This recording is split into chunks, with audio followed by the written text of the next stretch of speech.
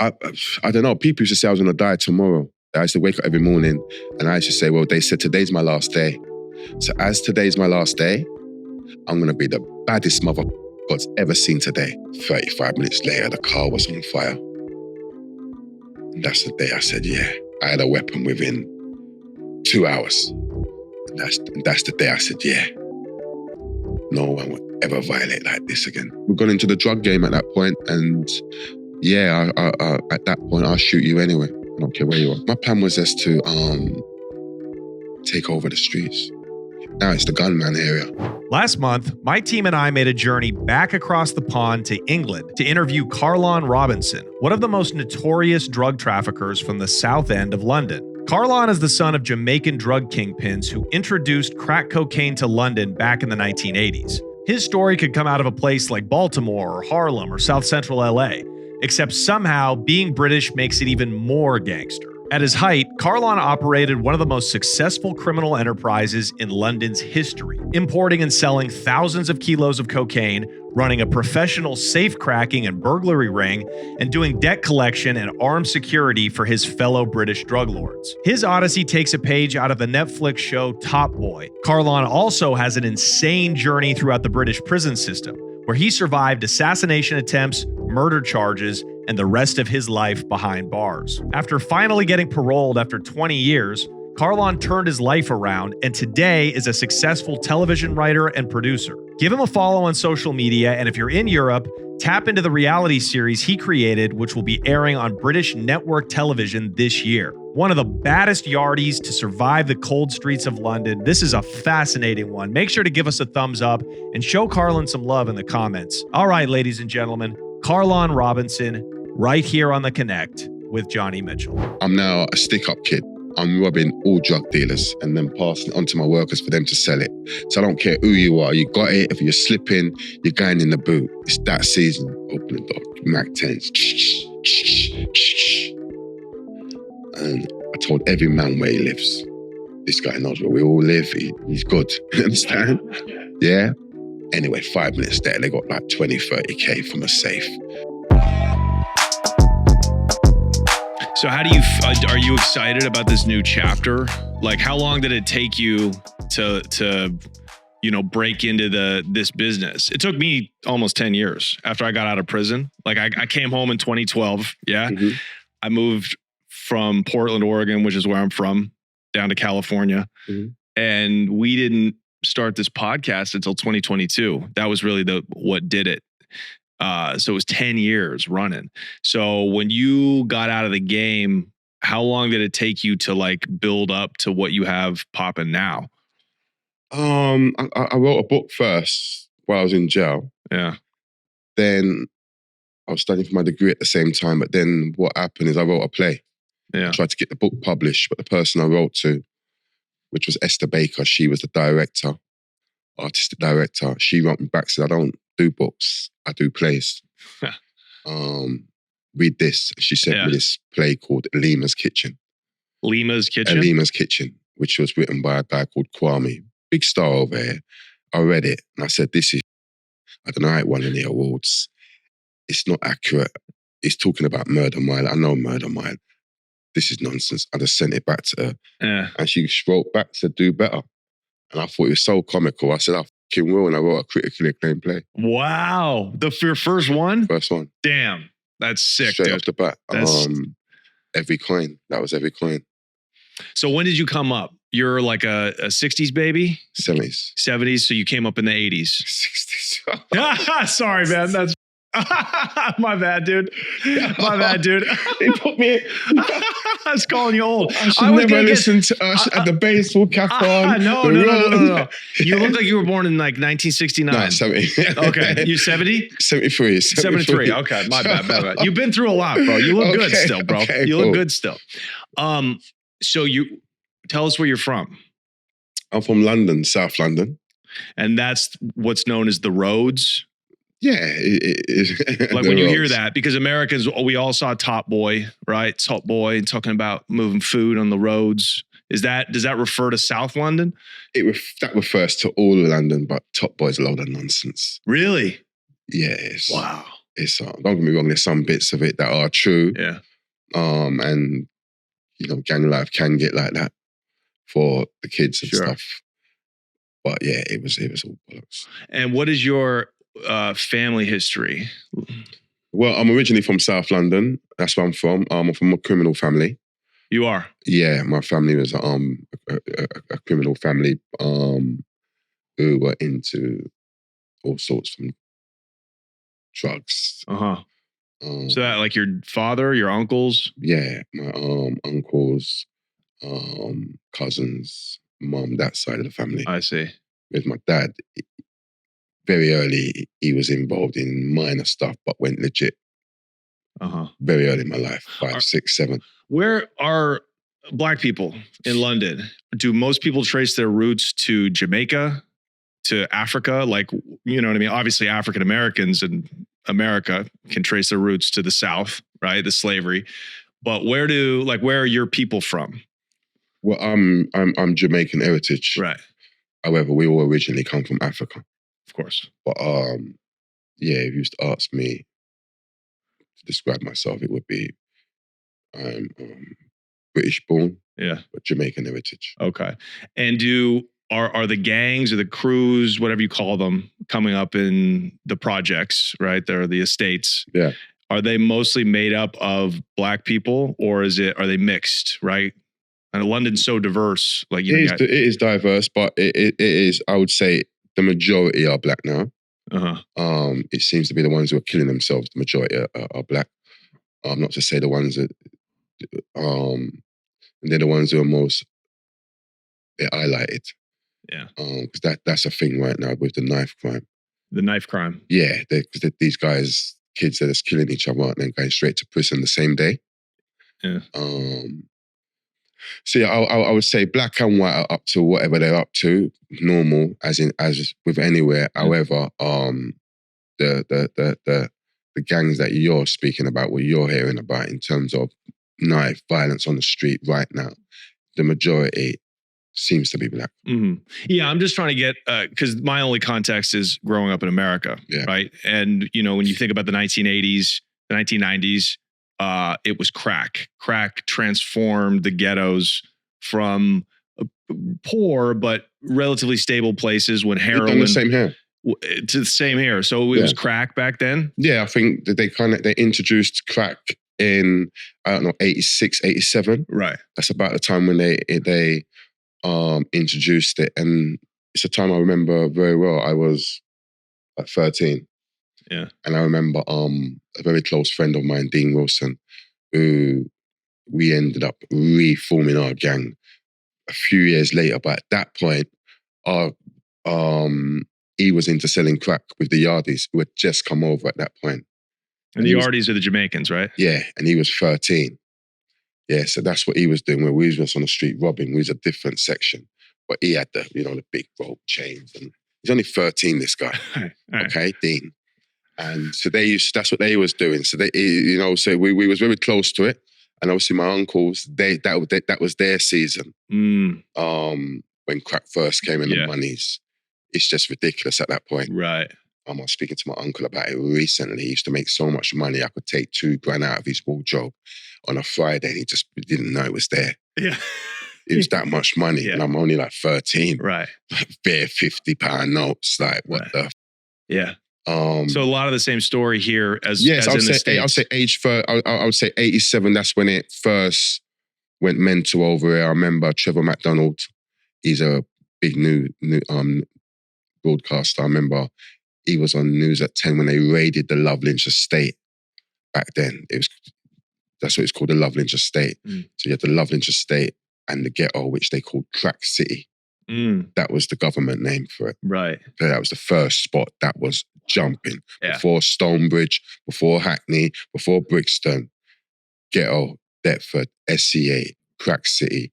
Right. That's where it was happening. And are these when you like the estates, those communities you just named, are these housing projects? The way, like, if you see images of Brooklyn or Harlem, there are these giant government. There are we call them high rises. So there is high rise blocks of flats in those areas, and that is where You know, they tend to house the poor black criminal. Yeah, it was that section. Low income. Yeah, low income. So you had that in Brixton, you had that in Deptford, you had that in most of those areas, Hackney, Tottenham. Right. And these are south and like south, east, north, and west. Even West London, which is more upper class, they had their council flats as their council flats too. And did you grow up in a council flat? Did I grow up in a council flat? I lived in a council flat for maybe a couple years. Initially, obviously, I lived with my mum initially in my grandmum's house, massive house that was on Queen's Road. Then we moved from there to Lewisham, which again, it was a big house. So I still wasn't in the council house. Yeah. But I'm in the road still. Right. But then I moved in with my mum, who lived in a council house. I might have been there for about 2 years before I went to Jamaica. So I didn't spend too long in a council flat. I see. Yeah. Were you guys poor? Would you describe yourself as low income? What did your mom do? Early days, my mum was a criminal with the rest of my family. They was bringing in, it was just normal to see mum in a 10 grand fur coat. Rollie on her wrist was pretty normal. Uncles the same, crop shoes. Yeah, that's how they done it at the highest level. So they were bringing coke in from Jamaica? I was bringing coke in from Jamaica. They was bringing coke from everywhere, or drugs from everywhere, or money from everywhere. And my mother, she, at the time, was dating most probably one of London's most serious men, if not. Yeah, so. Wow. A black gentleman? Yeah, black guy. His name was Vincent. I don't have much to do with him these days, but yeah, he was a very serious gangster out of Brixton. Most probably the most feared ever. Wow. So you guys actually were street rich. You guys had money. Yeah, we had money. I wouldn't say I was street rich. They were street rich. I had anything that I wanted. Right. All designer clothes. Yeah. All of that stuff. But yeah. So why were you out there at 13? You got your crew. Why were you out there robbing if you could just take $2 grand in drug money from your uncle? Well, that's when I was tiptoeing on his floor because I had to watch the creeks to make money. I done that for a while until he got onto it, and I've still got the mark now. If you see it right there, it's still. Oh man! Sleeping in the cellar because I couldn't sleep upstairs. I've heard him come. I just can't move. I can know he's coming down the stairs. I'm too tired, and he's just got his foot back like a football and gone. Bye. Oh, head's gone. Yeah, bare blood. Oh. That was the end of that. Yeah. So you got to go out and make your own bones, so to speak. Yeah. We want to party. We don't want nothing too extravagant. We just want to party at those days. Those days. Yeah. It wouldn't be, 200-300 quid. We're good. Yeah. Yeah. So you had a crew of dudes. Now, were the council flats? I don't know. I'm sure I'm not calling them right. Would you mind if I just call them the projects? Yeah, just call them the projects. So were the projects in London back then, late 80s, crack era, were they violent the way they were in the States, where it was just bodies every day turning up because of the crack? There wasn't bodies every day yet. You guys were a bit before us. Mm-hmm. Don't get me wrong, there's people still dying all over the place, but not like States. Yeah. It was wars back in America back then. Yeah. And the wars over here started initially, I would say, from I'll say about 87. You used to have two major sounds, one from Deptford, where I'm from, called Saxon Sound, and one from Brixton, called Coxon Sound. And they were rivals. They'd play reggae music and the DJs would clash each other. But each sound has got their own fans. So when we go into these big events, they got all their speakers. We stabbed the speakers to death. You understand? Yeah. And they would do the same, and fights would kick off. And I think that's what engineered a lot of the early tension between Brixton and Deptford, because of that rivalry between the sounds. And yeah, during that period, There's a lot of all-dayers. And yeah, people used to kick off from all over. So Dexton and Brixton, those Deptford and Brixton, these almost sound like soccer clubs, but they're gangs. But they're areas. They're Right. areas that add gangs. Yeah. High profile gangs. Yeah. Okay. And you were part of what set? I was from Deptford. Originally the gang was called the Ghetto Man Them. Everyone's well, there's a few people contesting if I was the founder. They're chatting. Yeah. It was the Ghetto Man Them. And then we went to jail, 1989. I went to jail. Dean Wilson, who I told you about, he went to jail too. And we was in the same jail. And we're repping ghetto, where we're from. Yeah. And we become tighter than we was, no diddy, than we was when we was on the streets. Do you understand? Yeah. And we said, when we go home, we're going to reform and go again. And that's what we've done. We hit the road 1993. Reformed the Ghetto Man, them changed it to Ghetto Boys, GB. Mm-hmm. I've been told that there was already a Ghetto Boys, and I'm not the founder. And then I kind of thought about it, and I thought, okay, there's 7 of you that are saying this, but I violated every single one of you when I came out. So take your pick. I'm either the founder or I took the gang, whatever you want to call it. Mm-hmm. You can run with it. Well, technically there was a Ghetto Boys and they're a rap group from Houston. That's true. That is true. But you were the one that turned it into a gang in Britain, in London. No, my team. There was other gangs from other areas. There was loads of different gangs. Yeah. But we just changed the name and we went and put our gang on the map. Yeah. So I was the one who took my gang, my team on my shoulders and went to every area and only came back with W's. Right. So now you're the Ghetto Boys and you're the originator, you're the leader. Yeah. You're 20 now. So you did a 4-piece in prison? Mm-hmm. What did you go down for originally? I went down for a knife and robberies. Can you explain that? I got caught with a knife. I think it was in a car or something, the knife. Can't really remember. And the robberies, I was like 13, 14, I went away. Just petty street robberies. Mm-hmm. Robbing people. We used to rob the whole bus back then. The first thing to get cameraed up, a lot of people don't know this, was the 36 and the 36B buses.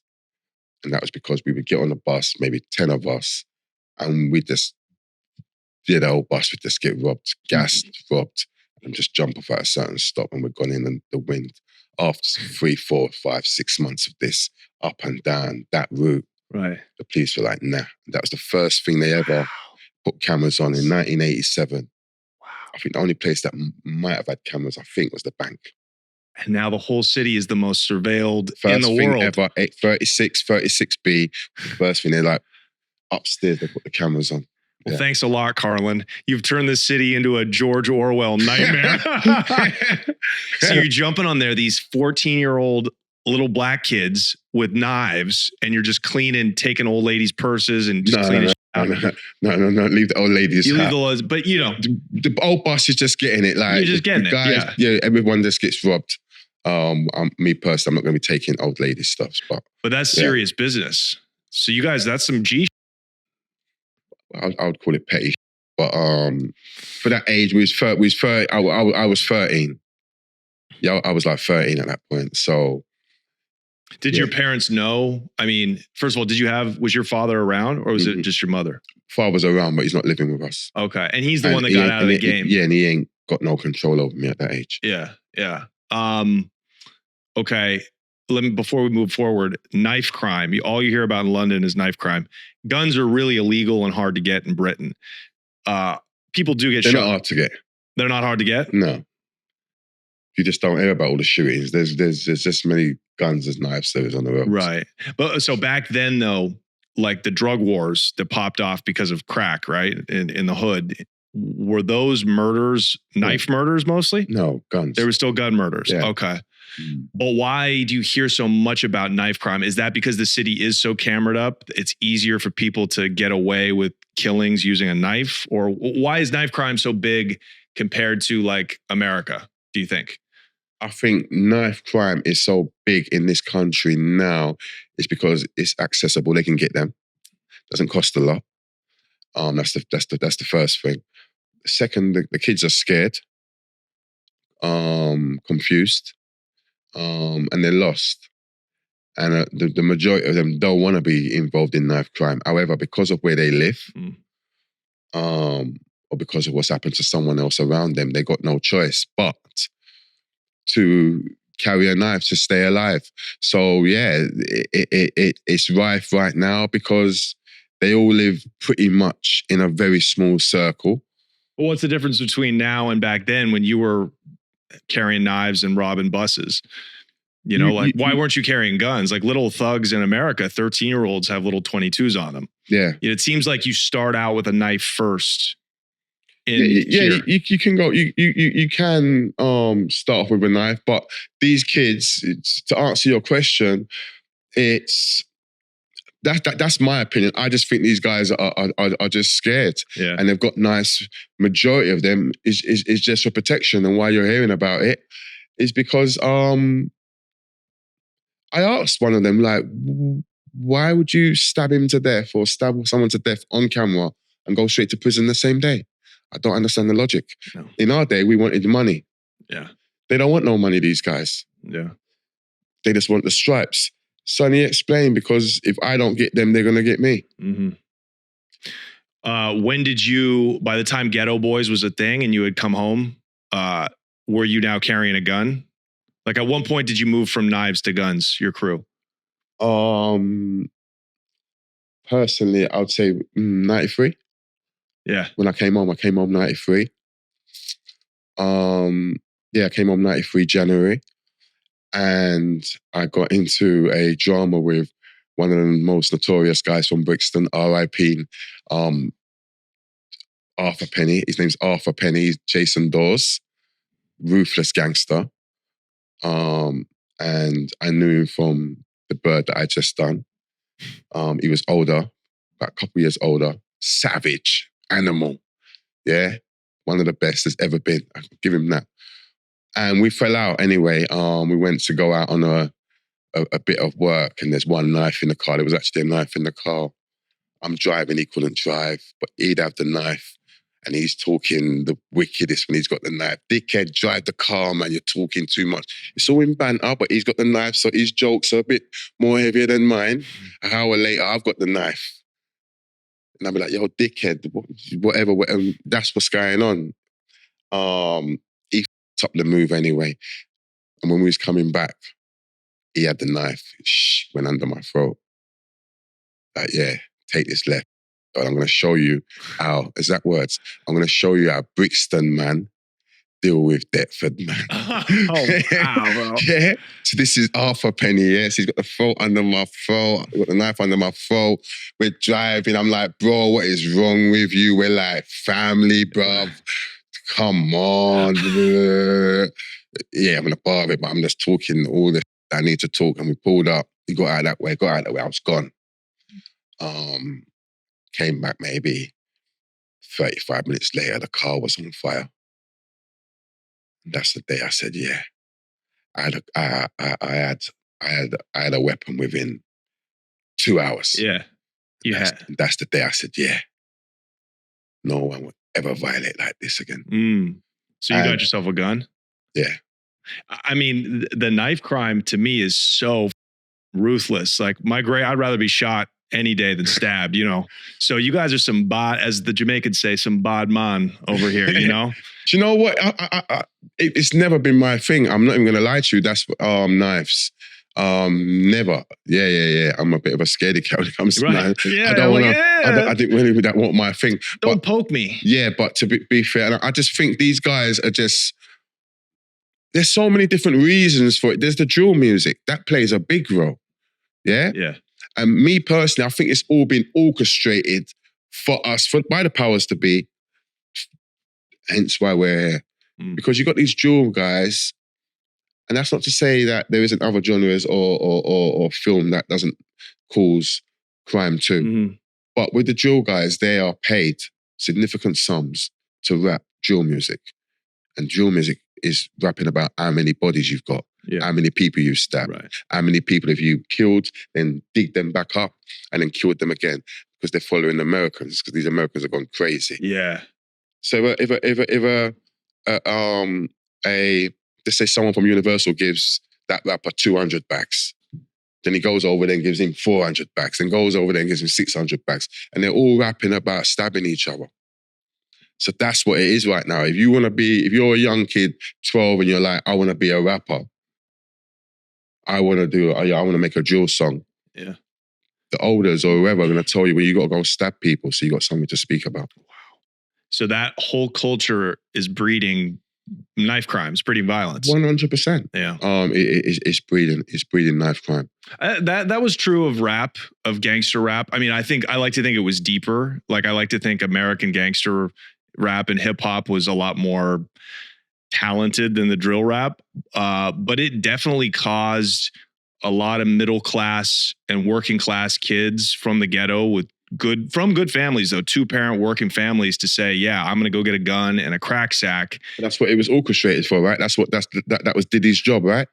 That's what Puff Daddy was tasked to do, right? That's what Ice Cube said. Ice Cube said it was, CIA orchestrated. Well, that was his job. Mm-hmm. Come here, Puff Daddy. Bend over. Oh, thank you. It's Bad Boy Records, but this is the formula. Nobody gets on without them doing certain things, and we've got a video. Take that. Oh that was the loop. That was the loop. Mental. Take that. It was an echo too. That's what this guy has been doing. Yeah. And it hasn't stopped till now. Right. So now we're finding out everybody's bisexual. We're finding out Tupac, we always used to hear Tupac was an actor. He wasn't a gangster. No, it was not. Now we're finding out and seeing certain videos of Tupac before he started the gangster nonsense. Right. And he was obviously bisexual. Mm-hmm. So it just shows you the extremes that the powers that be went through. And that's what's Puff Daddy accused of. He's accused of not only drugging and multiple different men and women, but also blackmailing. Don't forget, blackmailing the rappers to push a certain narrative. Yeah. That gangster rap, shoot them, right. Whatever. But you were really living that. That's the difference. So, the rappers emulate the street. We all know that. So the street comes first, right? And the rappers are just journalists. So 93 Ghetto Boys, you're 20, you got your crew. You say you were going to different sections and getting W's. What were you guys doing? Like, what was the move? I had a lot of wars, didn't I? I was a bit troublesome. So I had my war with Penny, Brixton guy. I'm not going to go into that one too much because he's not here no more, but it was very high profile because the same day that the car got burnt out, his partner, girlfriend, ended up on Brixton. They were stripped naked. And she was informed, tell your bad boy boyfriend that on site it's going down. Wow. And she ran down Brixton Hill and went and told him. So, yeah. Well, is this over drug turf though? Like, when you're infiltrating, what is the purpose? No, that was just an issue that there was. But what's behind it though? Like, are you guys now like... With that particular issue was because we went on a move, went out there to get some money. Basically, it was I had a girl who worked for an airline and she phoned me and said, listen, I've got, I don't know what it was then. It was like 20 bags or something. Got 20 bags. I'm dropping it off to the bank. Come get it. Come get it. Right, do you understand? Right. So I get Penny and I'm saying, yo, listen, inside job. Right. She's going to... That car, she's going to be outside, leaning, the bag's going to be there, just grab it, get in the car. He's walked past, come back. Then he's like, am I taking him for a punk in Brixton? Everybody should, like me and him should go. I'm saying, you can't drive, I got my foot on the gas, bro. Grab, get in the car. And it up, and that's what we fell out over. So that's what our issue there was over. That just escalated. Right. Because then his girlfriend got kidnapped and then we're in jail and we're beefing in jail. He's trying to burn me up with oil at one point. Yeah, there was so much going on with him, with that particular beef. So it sounds like your crew was, you guys weren't just dedicated drug dealers. You guys were into whatever was winning? That was before, to be honest with you, that was before I personally got into drug dealing on any form of level. Okay. When I mentioned the drug dealing before, which was Dean, who became my right-hand man, that's what they was doing. We was doing a lot of robberies. He was in with the yardies. We wasn't even doing that. Okay. Do you get that? We didn't even know what was really, how much he was making until when we met in jail. Yeah. That's when he's breaking down, bruv, this is what was really going on. Okay. Then when we came back home, then we reformed GB, Ghetto Boys.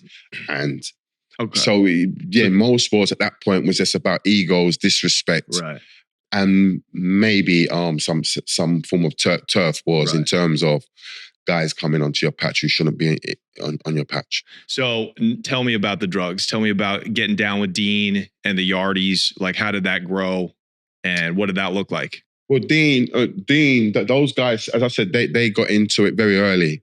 When the Yardies first came over, there was a guy called, I think it was Keaty Flaps, who's a notorious Jamaican, RIP. And he was the brother of another notorious Jamaican called Willie Agar, who's one of the most notorious Jamaican gangsters ever, period.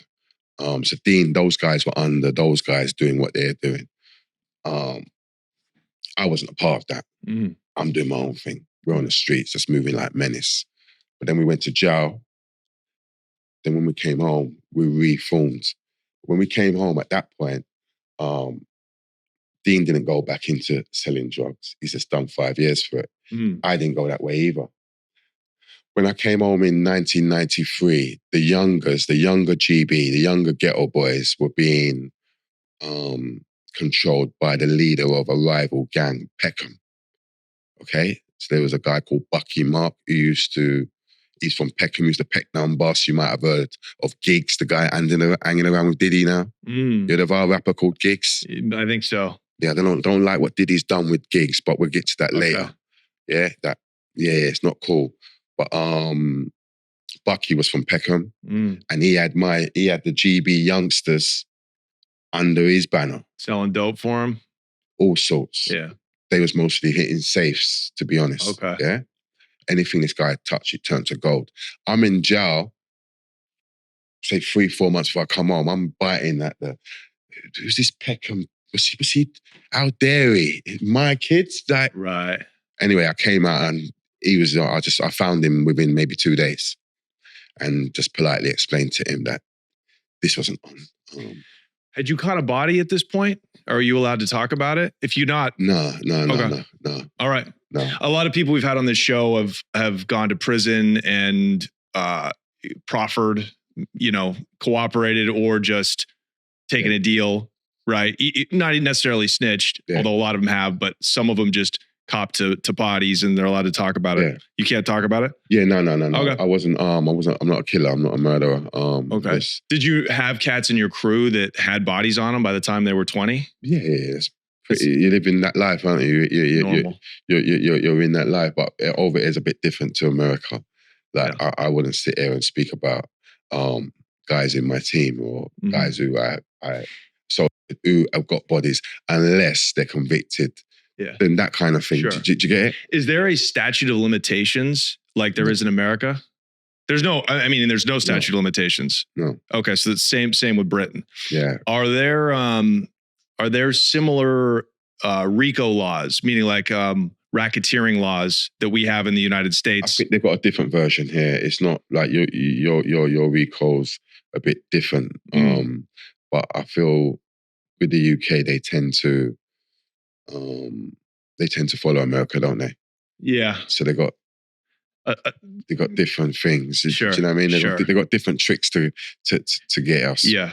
What is like your man Dean who went to prison for 5 for drugs? Like, what do you have to get caught with to get 5 years? Like in America, if you don't have a prison record, you get caught with a couple of kilos, you probably do about 5. You get sentenced to 7, you do 5. What is that here? No, it was different. Yeah, I remember back then, my understanding from watching everybody going to prison, you could get nicked with 2 stones. Right. 2 20-pound stones, selling it to undercover, intent to supply, you're gone. Yeah. Do you get it? Okay. I remember with Dean, I don't know, I think they raided a house. I don't know what they found. They might have found like a 9-bar, half a 9-bar, all chopped up into little stones. Yeah. Who knows? He might have sold to 4 different undercovers. Cause I know he did sell to a couple undercovers, being greedy, and got birded off. Right. So it changed, it differs. And it's changed from then to now as we go through the story. Then when obviously there's a later stage when we do get into that kind of thing. Well, America was the same way with crack. You got caught with in New York State, for example, they had this thing called the Rockefeller laws, where if you had over just 2 ounces of crack, it was a life sentence. So we did powders different though. Like if you get caught with powder, you do the same amount of time for an ounce of crack as you do for like 5 kilos of powder cocaine. So I don't know. Here, is it similar? Like, are the sentencings different for powder versus hard? Yeah. I think they've changed them. They've reformed them a little bit. But back then, I think you used to get more for crack. I believe probably. Now I'm not even too sure. Okay. Because they've now got different tires. Yeah. If you're the boss, if you're the underboss, they've got so much different rules in terms of how they were sentenced to. Do they have life in prison? Is that a possibility? Can you do a straight life with no parole? Yeah. You can? Yeah. Huh. Yeah. If you get normal, because I got 2 lives and 100 years, and I'm here. Wow. Okay. Save that. Yeah, touch wood. But okay. So tell us. Wow, it's fascinating. Yeah, but it is. But there's people who do get. They call it a natural life, where they get a life sentence and they're never going to come out. Yeah. Or they get something called the white paper, which is that bit of paper from the Home Office saying, nobody wants that. Sorry, bruv. You're not coming out. There's a few people I know who have got that along the way. Yeah. So if you get caught with a couple of bodies, if you get caught for murders, you might get the white paper. A bit more than that. Yeah, you got to be kind of, I don't, if you, I don't, 2 bodies ain't, if you had a body already, then they'd be like, you're doing too much. But I know people who have got 3 bodies. There's a guy called Chunky, I know, he's in there for Triple M, revenge attack, and he ain't got the white paper. Right. But he's got a 45 rec though. Right. So he's got at least 45 to do. So it's basically life. It's almost life. Yeah, because you're finished. Yeah. Damn. And when you got 45 in there, you're probably not behaving like you got a future. There you go. You know what I mean? And that's the thing with prison. Then you got all the politics with the Muslims and non-Muslims and all that war that's going on in there. How can you behave? Okay, so tell me about it. Tell me about the moves you were making when you came home in '93 and getting with Dean, and how you grew your criminal career. So came home 93, savage, 16 and a half stone. Everything's just, it's my time. You get me? I'm next man up. I hit the roads. I found Bucky Mark, who was the head of the Peckham guys, who had the younger ghetto boys under his wing. And I found him in Lewisham Way, I never forget. I was with one of the youngers' dads. And I just explained to him, like, look, bro, this is ridiculous. I don't know what's going on here. But these are my kids, they're my youngers. And we're gonna have to share, bro. I mean, I want an easy life too, bro. But right now, and we came to an agreement. And I joined, we all became one. Anything this guy touched turned to gold. Anything. Okay, so what were you guys doing? What was he doing? Bro, I can remember one time we're coming from Strood, which is near Rochester. It's like 5 o'clock. Shops close at 5:30. We're going out tonight. We've been out since 8 a.m. that morning. We ain't got no money. They stop outside some hardware shop. There's one other shop there. There's nothing here. And I'm in the car just pissed, thinking, what's going on here? But next thing I see a man climbing up a ladder. Anyway, 5 minutes there, they got like 20, 30K from a safe. Now, anything this guy touched turns to gold, okay? So that's going on. Yeah, we both got... so you guys are like professional safe crackers. I'm not taking no credit.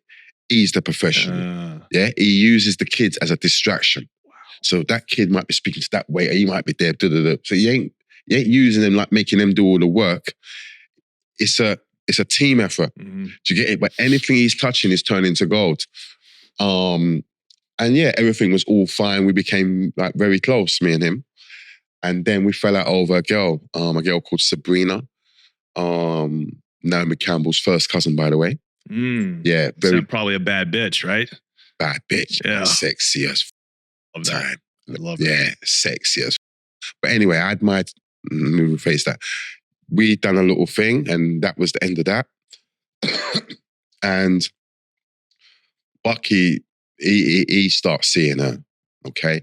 And she's filling up his head with all nonsense and we're in the house and because I've turned up there to meet him. We're like this at that point. And he's going, yo, bro, did you say this? I'm saying, bro, she's talking rubbish. Rah. He's showing off now because I'm like, bro, me and you are not going to fight over a girl. We're not going to do that. And I don't usually talk like this. I'm 100 miles an hour. Yeah, and he's like, no, that, bro. I'm saying, bro, we're just not going to do it. You're my pal.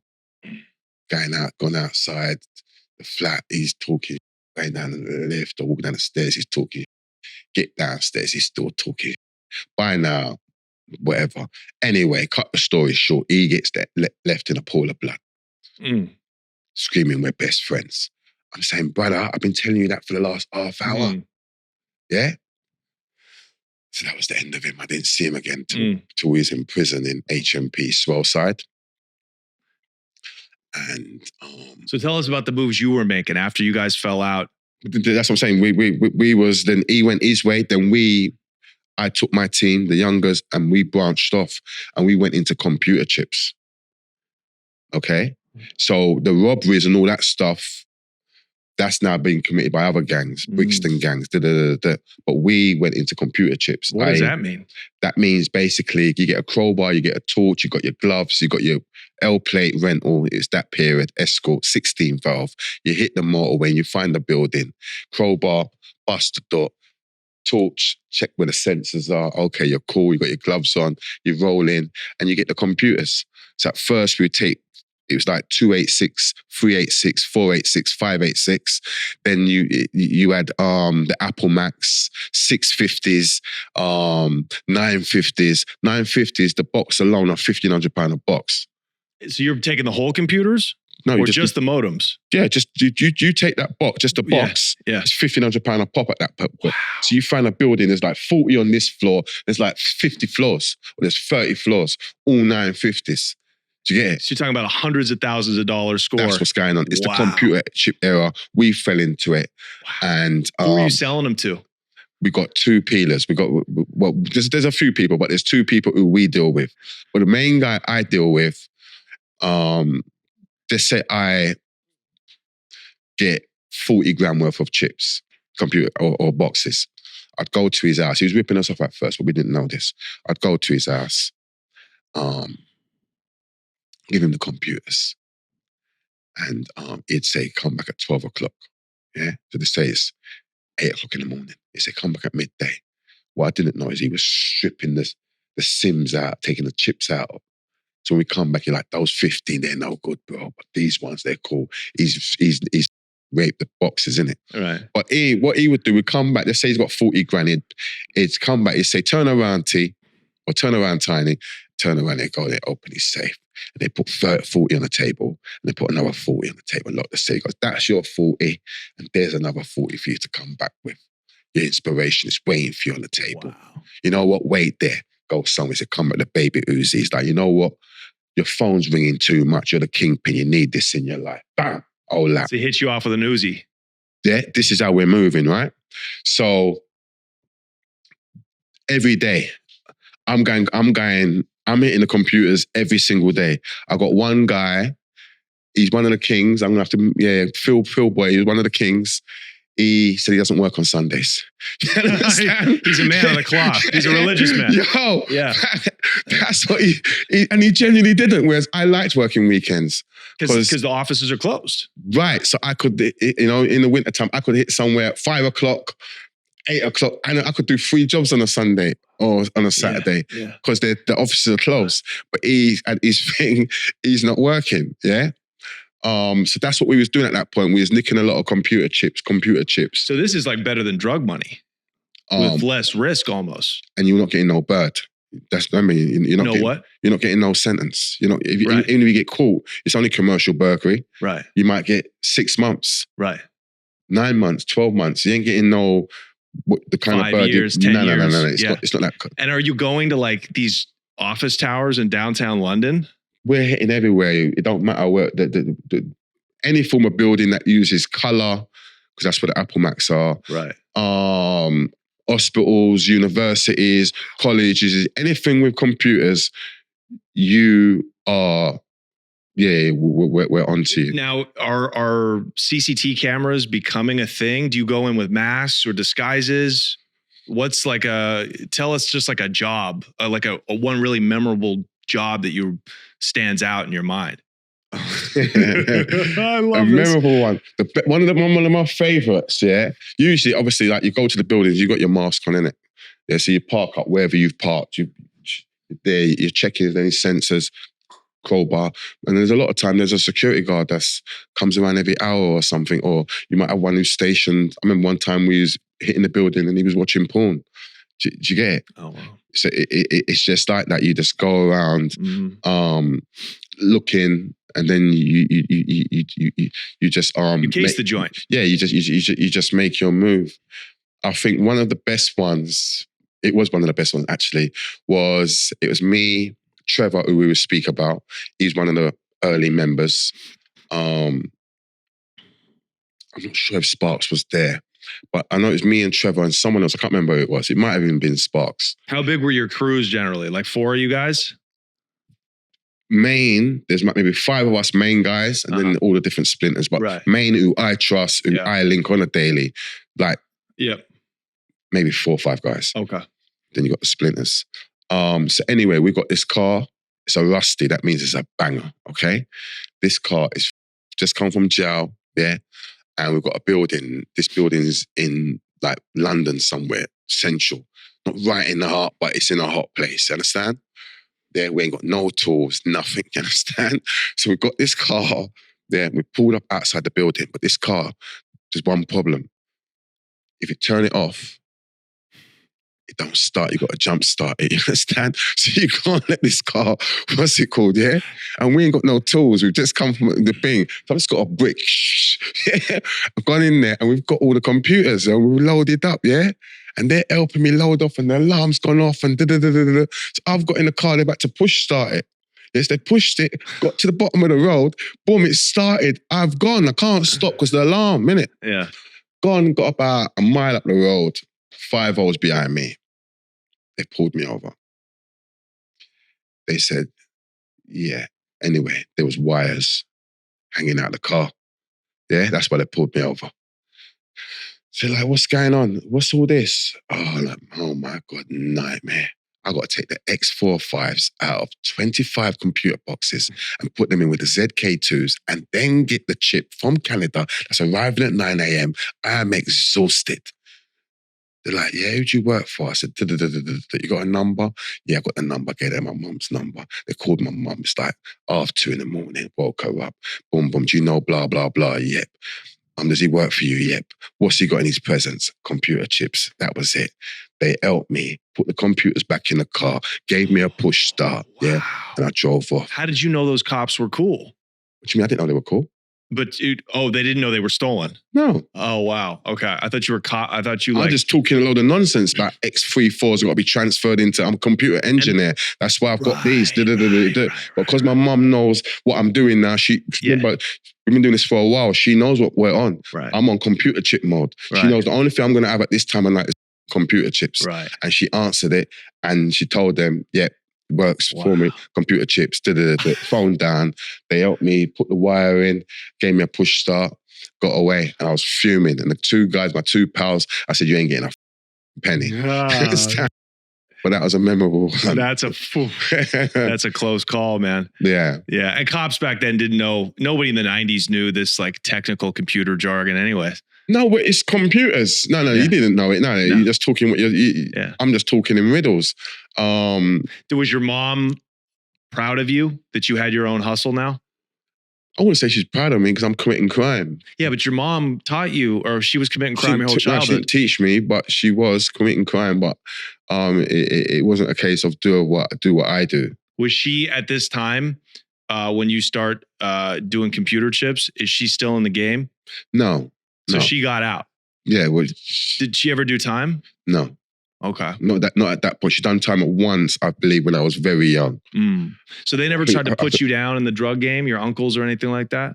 Say that again? Your uncles, like, and your mother's side of the family, the ones doing dirt, selling all this dope, they never tried to put you down, meaning put you on with a package or anything like that? That came later, but wasn't from my uncles. Okay. So that was later on.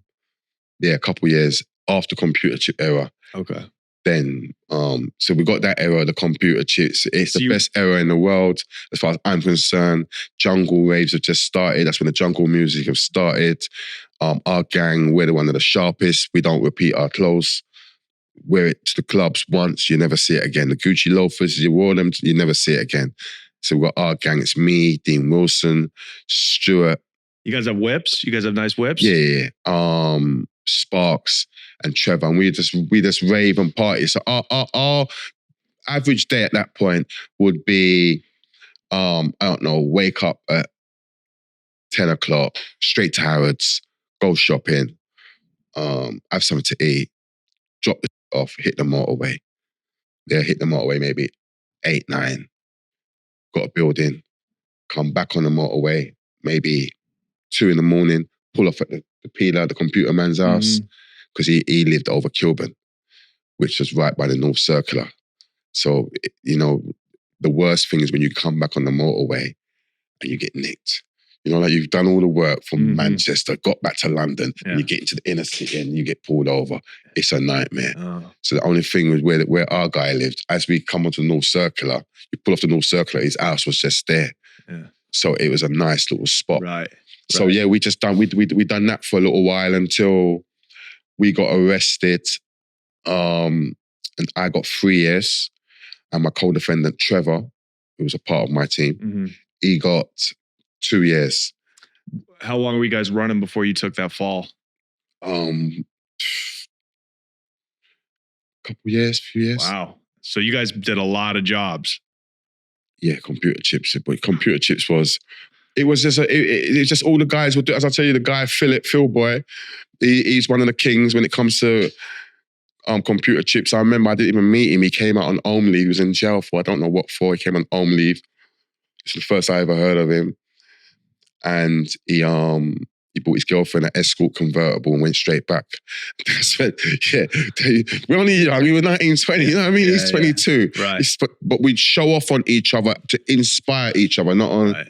So, the word on the road was like, he just came on, bought his girl a convertible and off. Like, okay, computer chip era, and that's where it started for us. Wow. So you guys kind of like were on the ground floor of that crime. Yeah.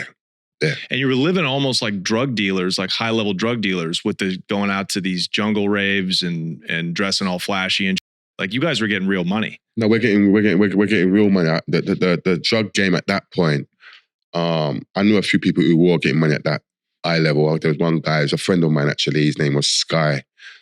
This is the same period. George Caporro, R.I.P. He was a very close friend of mine. I used to rave with him. Knew him from prison previous. 6'4", savage. And that was the same jungle period. I remember he came out and then he went to the Coliseum and someone got it wrong, didn't know who he was, and they gassed him. CS gas, and rushed him. And then he left in a Range Rover, came back in a 500 SL, smoked both of them. Yeah, straight, jumped out the 500 SL on smoke, smoked them. And he was hard to get because his father was a diplomat. No. Yes, he was gone.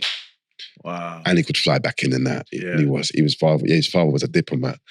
He ended up getting killed in Spain. Wow. Actually, but those guys, they were doing drugs on a high level. Yeah. But again, even that period, it still wasn't my thing. Right. We're still on we're on computers. We're eating nice. We're all right. You know what's funny?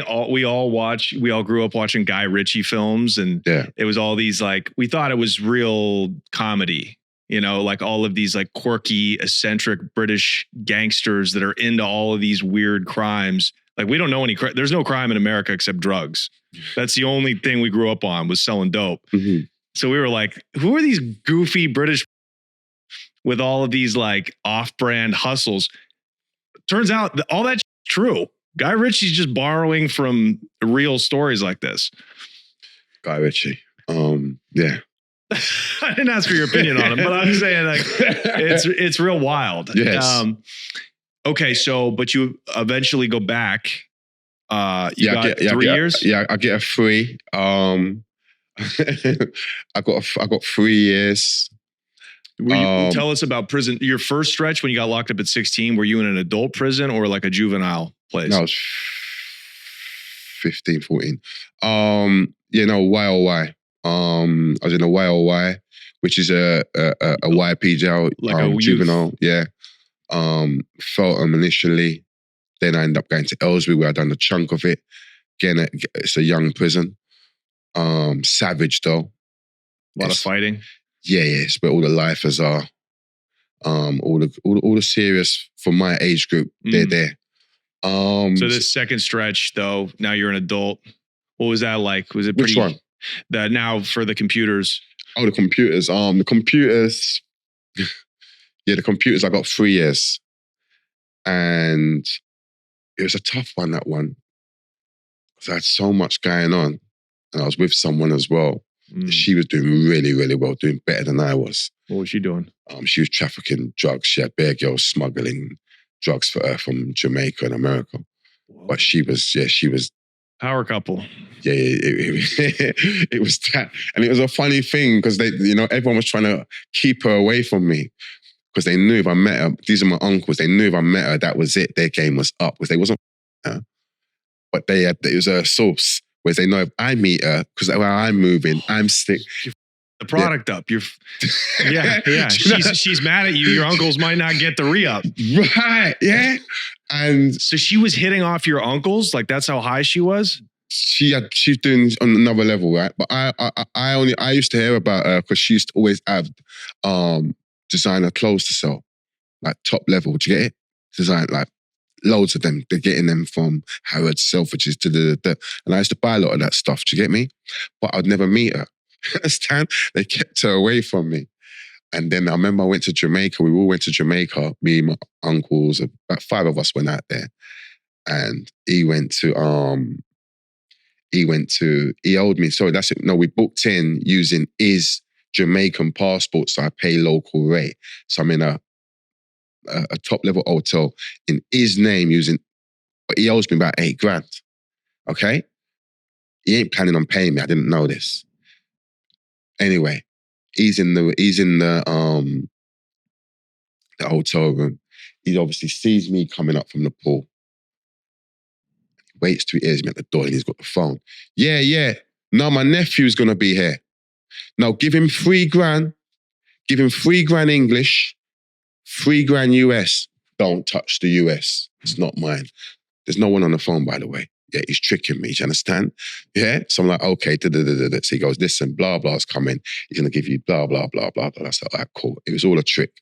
Anyway, he goes to Montego Bay. The phone rings about 2 hours later. It's the girl. Her name was Wendy. She's like, is Sherman there? That's my uncle. I said, nah, he's gone to Bay.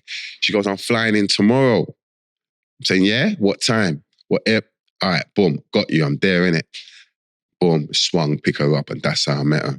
And yeah, we was inseparable. Thick as thieves. But you were still not even working with drugs, even though you're dating at that this. point, we're inseparable. She's letting me know what she's doing. Yeah. And I remember I went to her. We ended up, after being around everybody for a week, we ended up going to her spot up in the country. She had a nice spot up there.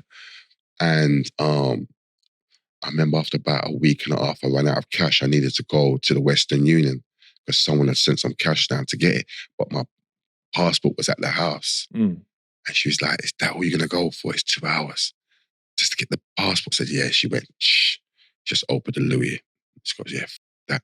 And we end up staying out there. And then she went back about 2 weeks before me. Then when I came back, she picked me up. And yeah, we was inseparable from there. And right. So that's what you had to leave when you got locked up. yes. So then I got locked up for the computer chips. Mm-hmm. And I was in Chelmsford. And do you do all your time, or do you have an opportunity to get out early on good behavior? It depends what time you're doing. At that point, I was doing I was on remand initially, wasn't I? Then I got 3 years. Yeah. But what happened when I first got nicked, I was in Chelmsford, and whatever it was for, it wasn't for the full charge. So I could have got out. I was supposed to get out after maybe 2 months. I'll never forget the same girl, she wrote me, and she said, when you step out of that gate, every man's going to want to walk in your shoes. I came out the gate.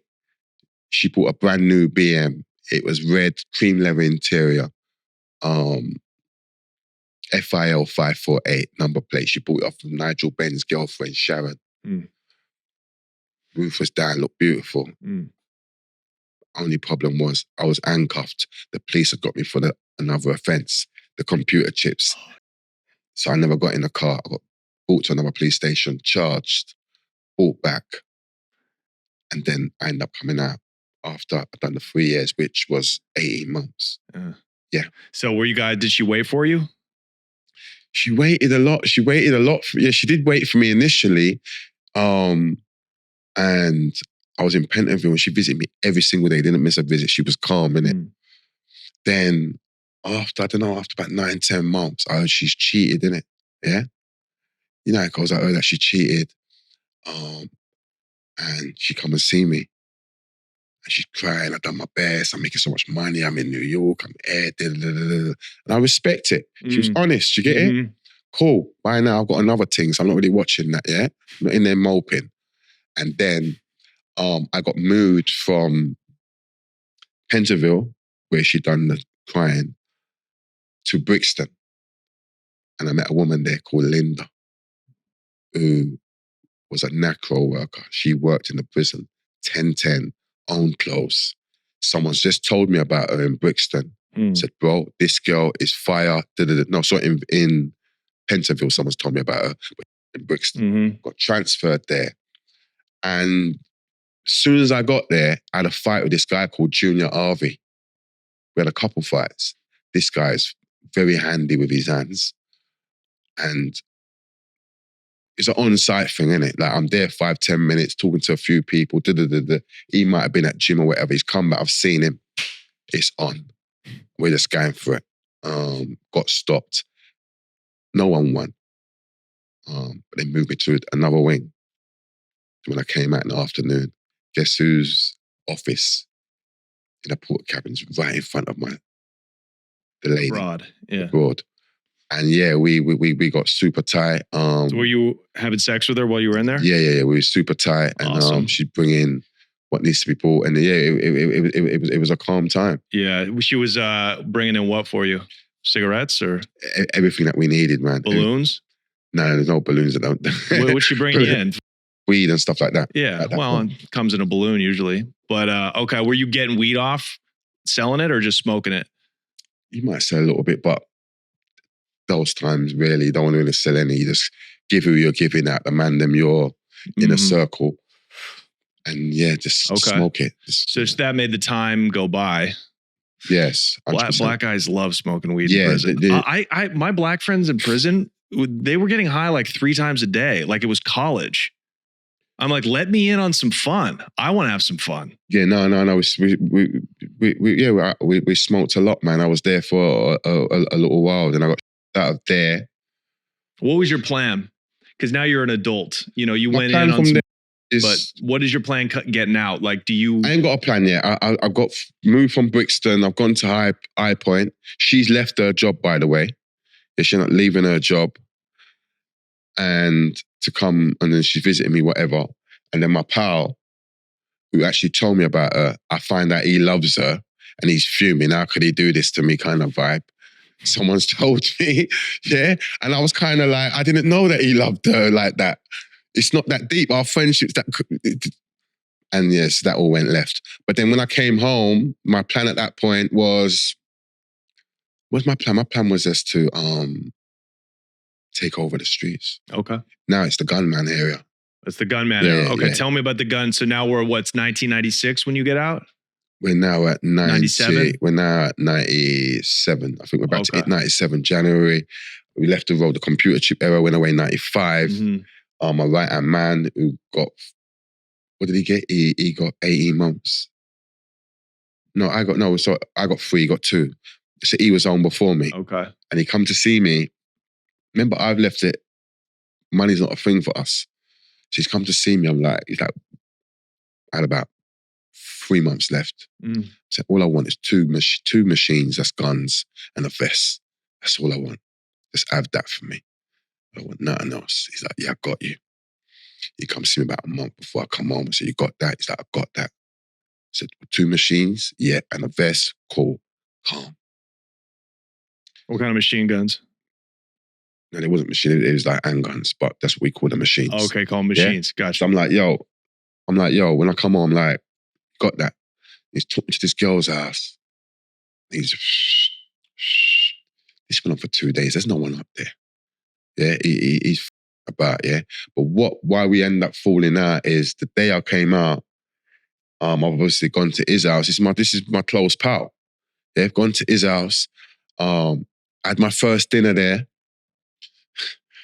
And he's given me the keys to this new rental, yeah? And I've got in a car with a couple other guys and we've gone somewhere. And on the way back, and there's a parcel in the car, on the way back, police chase. Cut the story short. The car, the plates have been changed. And it's just total... I've just come home. How can you give me a car and you've changed the plates? So we ended up falling out over that. But you got away? You didn't get... I got arrested, but I didn't have nothing. So I wasn't on nothing. So I got let out. But I was still checking you. You're a dickhead. What have you done? Where's the guns? And you ain't even got the guns. Okay. So yeah. So what happens though? What's now you're in the gunman era. What does that mean, first of all, for Britain? That means guns are all over the place on the streets? It means it's gunman era, and we've gone into the drug game at that point. And yeah, I'm just stepping in. And yeah, at that point, I'll shoot you anyway. I don't care where you are. Let's get into it. So let's get into it, because I love drugs. I don't like that gangster shit, but I love drugs. So yeah, I come home 97, and I'm now a stick-up kid. I'm robbing all drug dealers. At first, I'm just, we're doing whatever. Then I'm robbing them and then passing it on to my workers for them to sell it. Wow. So I don't care who you are. You got it. If you're slipping, you're going in the boot. It's that season. Right. And I'm very good at finding too. Right. So I'm fair because I'm going for the top guys, isn't it? Yeah. Right. And there's only like maybe 3 or 4 sets that are going for any drug dealers. Yeah. Like you're moving boxes, you're a target, that kind of vibe. So it's that era. And so you taking whole birds off of people? Yeah, normal. Really? Yeah. Then what happens is there's a team from East London who was most probably, they was the most powerful black family on the road. Yeah, drug family. They was called the Love of Money, LOM. Okay, that's where Fox came from, that camp. Okay, East London. They're dealing with straight boxes. They get all of their food direct from the Adams. Yeah, that was the Adams? Adams are the A-team. They're the most powerful, it must be even today, most powerful drug crime family Britain's ever seen. Black guys? White guys. White guys. Based out of where? East London. No, sorry, North London. How are they still operating? I don't think they're operating like that anymore. Everything's had to change, isn't it? But these guys are, they're the multi-millionaires. They're like the importers. They bring it straight off of the ship. At that point, they was big. I'm not gonna say what they was doing and what they weren't doing, because I weren't with them. Do you get it? Right. But I know my team, that's where we was getting our food from. But if you Google them after this, you'll know in UK history, it's mostly the Adams, then the Craze. Okay. Wow. So what about and then we'll continue. Yeah. What about the Jamaican connection? Because there is such a diaspora. Most Black people in Britain have roots in Jamaica. So obviously there's a robust drug traffic. I'm at the heart of it all. And I'm going to speak about my stepfather again, Vincent. He was born in Jamaica, but he had a thing with yardies. He didn't like them. Okay, so he was always in war with them. And I remember in I don't know what the year was, it might have been 85. I remember there was one guy called Rankin Dread. He was one of the most notorious Jamaican yardies. And he had a tune called Hey Fatty Boom Boom. Yeah. That guy. I've heard of that song. Right. And that guy. He was a Rankin Dread, his name is, notorious gangster. And he got into some issues with some Brixton guys, because Brixton, that was like the capital of badness. So the most serious Jamaicans, majority of them would come to Brixton. That's where it was all happening. That's where the culture was. Mm-hmm. And he was bullying some guy, I believe. And then he got into an issue. My stepdad got involved, and he's come with a baseball bat and licked off like 3 heads. Boom, boom, boom, boom. Because he was savage. Yeah. But then not Jimmy Bish. What's his name? Rankin Dreads got under the knife and got under the baseball bat. Gave him 3 or 4 stabs. Might have been more. I remember he's just hitting off all of them. Mm. And he died about 5 times on the spot, but survived. Okay? That's what a Jamaican would say. That's what so he died, yeah? But he's going all out. I mean, for example, Caperton was here in 92 at the podium. Mm. A man gets killed, a guy called Mark. They nicked my stepfather for it. He beats that. Beanie Man comes over, he does another does a concert at Stratford Rex. A man gets shot dead in there. They're blaming my stepdad. He goes to the police station the following day with the same clothes that he had on that night, gives it to them, here's my clothes. He gets remanded. Goes to court after a year. They're saying he gave the order for the guy who shot the guy at Stratford Rex. And I know this bit from the barrister, the QC, right, who actually defended him, because he defended me at a later stage. He wouldn't come upstairs, my stepdad. He stayed downstairs during the whole trial until it's time to give evidence. He's come upstairs, he's sat in the dock, he's looked at his co-defendant and said, yo, stand up. Me tell you if you kill anybody? No, sit down. And left the court. But he generally got off the case. Wow. I swear to you, by God, he got off the case, which it didn't make no sense, because that shows you're controlling this guy, doesn't it? Of course. Stand up. Yeah. Me tell him, sit down. That's what he generally done. So your stepdad was kind of a yardie. Yeah, but he used to beef with them. Right, he wasn't first generation. He didn't talk like them. He talked right, okay, British. So yardies are first generation Jamaicans, but your dad is dealing with them. Your dad was a gangster. Stepdad was a gangster. He was Brixton's number 1. Okay. What do you think the key back in the 90s, the gunman era, to coming up in the game? Obviously, you were robbing drug dealers. That's a way to get in. That's a way to jump the line. But like, for example, the key to get ahead as a coke dealer in America is to have a direct connection with the Mexicans who are bringing it over. What is the key, in your opinion, for like a black guy in Brixton? Is it a Jamaican connect, or is it a connect like these white families that are getting it off the ship? Yeah, what's the best lick, the best price? You want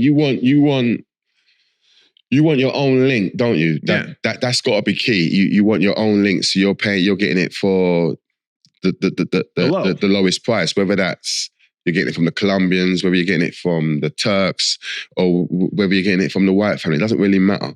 I think for who had the best price though? I think for someone coming up again at that period, I'm still not there. Yeah, I'm elsewhere. We'll get to that in a minute. But so I would personally think it just depends what link you want, whether it's the dark, whether it's the white, and who you can trust. Yeah. So some people will deal with the Italians. Some might have a brilliant lick and it's coming from Colombia. Do you get it? So if you fast forward to 2001, I had friends who were bringing it from Pakistan.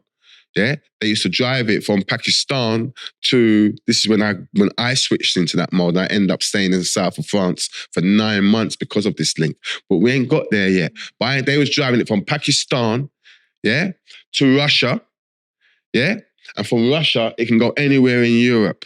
But what it is he's got 30 trucking firms, he's got 40 trucking firms, he's got 20 trucking firms, he's got 20 trucking firms. So he's putting 100 in that one, 200 kilos there, 50, 20, and then they tell the customs what weight they can take, you know, that truck, boom, boom, boom, boom, boom. And then that one's got 10,000 kilos that goes through. So that was, and that's how I ended up staying in the south of France for 8 months. Wow. And that's Pakistan, that's brown, that's heroin, right? Yeah, that was, and at that point, I'm dealing with some guys from Senegal, Senegalese guys who were moving food, and I was able to basically give them for a cheaper price. And so I ended up staying.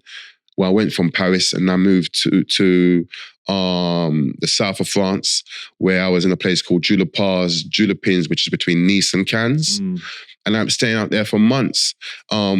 But we're not there yet. So it sounds like there is no monopoly on the coke trade in Britain because it is an island. So all these different groups are trying to get it in whichever way they can, whether that's a Jamaican woman swallowing a kilo and getting on a plane, or, you know, your friends sending trucks over from mainland Europe, whatever. It's not like America where there's really 90% of the import is coming across the Mexican border. So like they pretty much have the game in a smash. It sounds like here it's just wide open. At that point, maybe I don't know, but I do know that, you know, they call them trolleys. I know at one point a trolley could be coming in and it's got 200 boxes on there.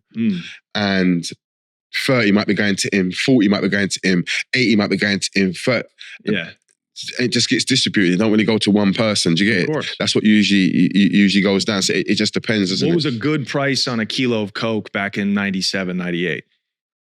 You know, 97, 98? Yeah. I'll be guessing, bro. 97, 98. How old was I, 97? 97. But surely you must have known the price. You were taking it off of people. 97 would have been like 35, 40 boxes. Wow. 87, 97, yeah, 35, 40 bucks. And that's a wholesale. Oh, so that's a lot of money. Yeah, at that point. So you're really doing some grimy. You're a stick-up kid. You're a wolf. So you're taking it off of people. You're giving it to your little youngins. Or just selling it, whatever. Okay, so, and then how long do you keep robbing people before you just step back and become your own connect? You know what I mean? I think late 97 or when I linked up with the East London guys. Okay. At that point, they don't rob, they just sell. Yeah. And yeah, once I linked that team, it was a whole different ballgame. Okay, so tell us about these East London boys. There was Colin Brown. I'm going to give him a name check. R.I.P. He's not here no more. He died. Got killed by some kids who didn't know he was. Random knife crime. But yeah, there was Love on Money. They was called the Love on Money team. Love over money. Very organized. Very professional. I met them because my name was ringing in the streets, and I was planning to rob them. Actually, they had their safe house in like over my way in Deptford, New Cross. They had these 2 houses which were safe houses, but I knew about them because they had taken these girls out with my cousins who were female, and they're taking them back to the safe houses, and the girls told me where these safe houses were. I was like, bingo, because I knew who these guys were. Little did I know they was watching me, watching them. And then, I decided not to rob them. My cousins was like, just leave them alone in it, because they won't give up till they kill you. Just come home. Yeah. Just chill for a sec. I was watching them, I'm like, and then one day I went there, and it was raining. They opened the door, and it was Tony Montana, Colin Brown, Buffett, Open the door, Mac 10s. I stepped out, it's raining. I'm like, yo, peace and love, peace and love. And we've gone in, and I told every man where he lives. Yeah. And this is how I got into the team. Every man. You live. You lot got to tighten up. It's a new era. This is what's going on. And I mean, they know who I am already. They've been watching me watch them.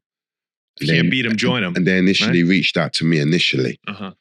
And this guy knows where we all live. He's good. You understand? Yeah. Let's recruit him. Let's not fight him. Yeah, and bring him in. I got brought into the team at that point. Okay, so then what are you doing? You're all just in the game selling dope. No, everyone's got different positions. As I remember, one of the first things Colin explained to us, or to me, nobody puts their hand on nobody. Nobody's higher than nobody. Everyone plays different roles. He sells all the cars. That's what he does. He's good at that. Sells cars? Yeah, he might, because there's car showrooms and stuff in it. These guys are... They got legitimate businesses. Yeah, they got proper bread in it. He sells all the drugs. That's what he's good at. He might deal with the club, so... Yeah, and you to do the youth free, you might be licking me, you might be getting everybody down. But no, everyone plays their part. And that worked. Do you get it? Wow. So this is a real firm. They was different. The first time I met them, we had a pager. I'll never forget, I'm waiting for them.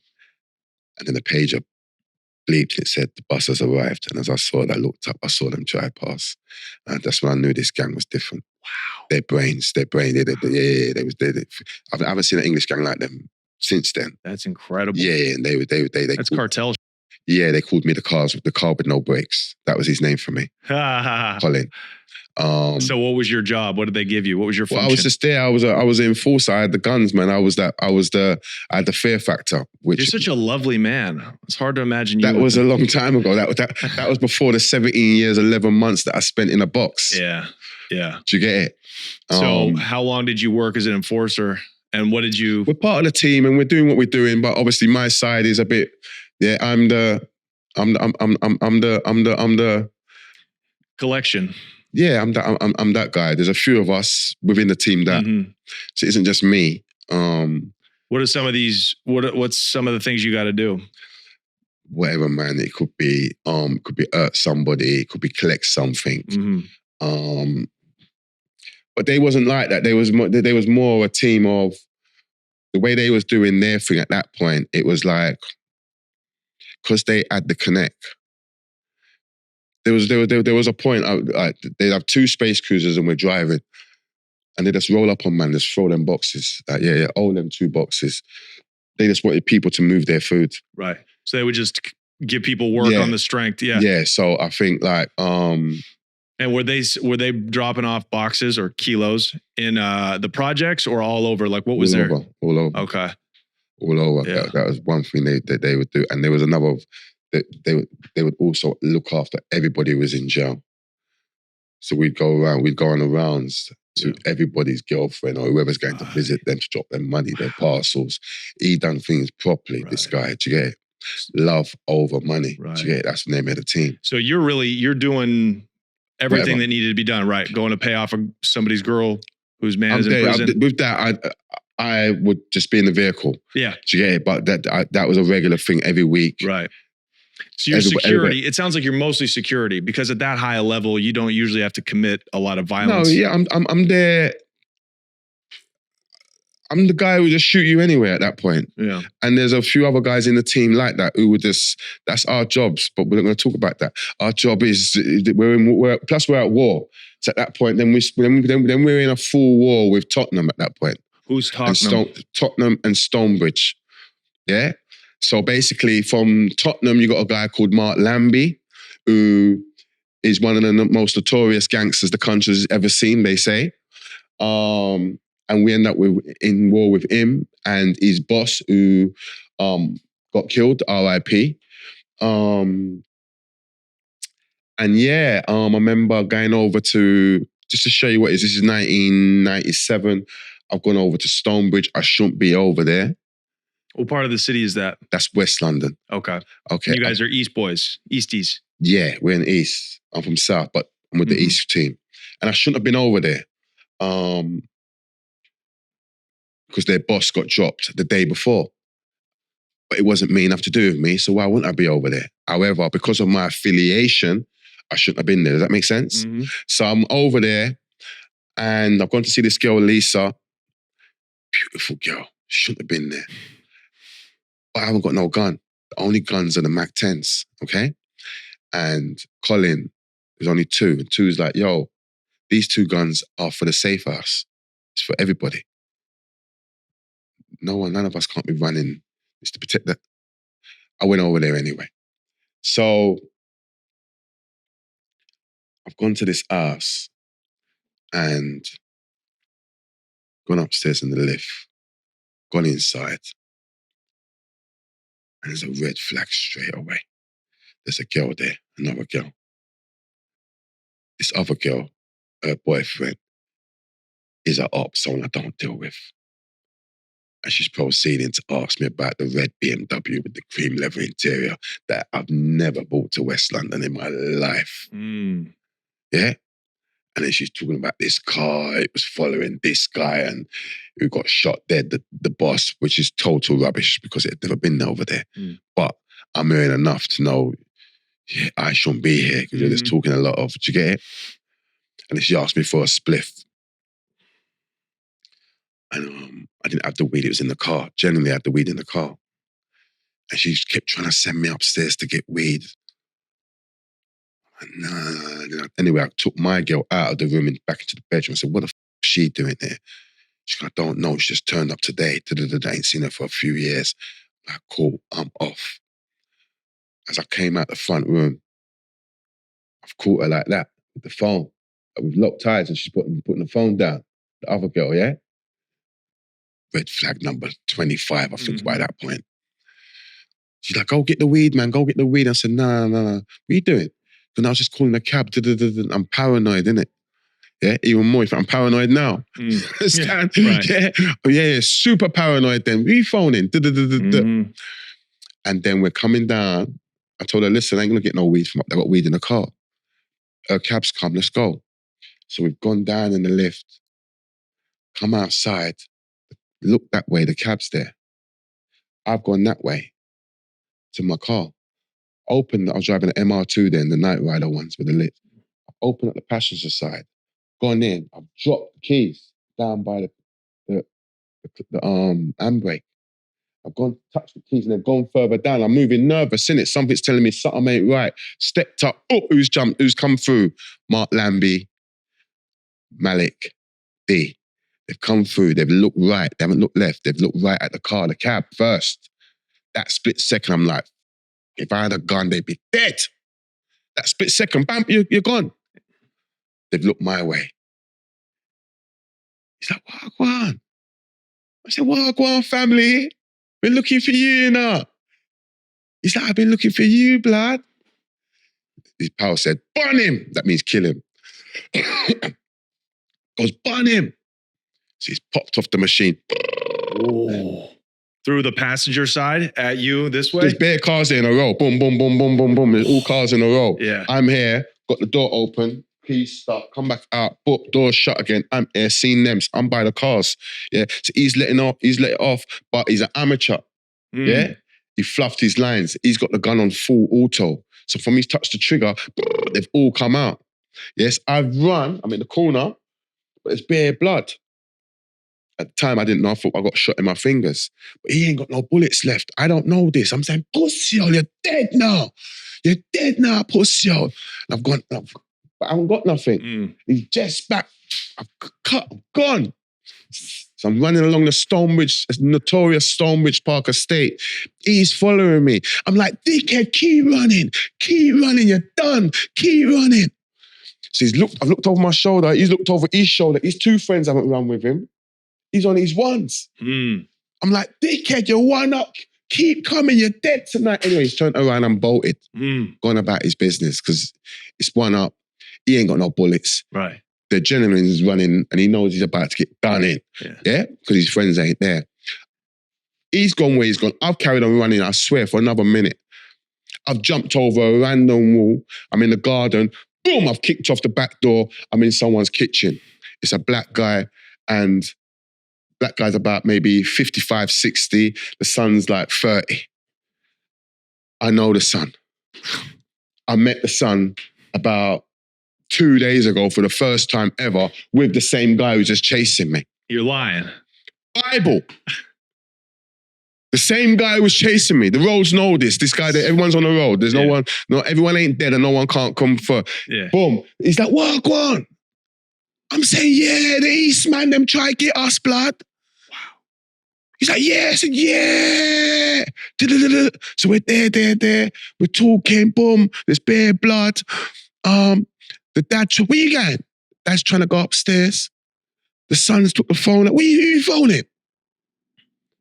What are you doing? After about 5 minutes of me, they're like, what's going on there? Boom, then they're like, call the ambulance. Ambulance.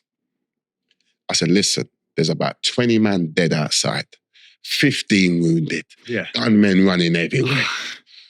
That's what you got to do to get the ambo out, right? Yeah. Right? The ambulance was like, what? There's about 20 men dead. Understand? There's blood running all over the estate. Yeah? Boom. Give it 10 minutes, mate. I'm there still with these guys and they grab me. They say, yeah, you got to go, mate.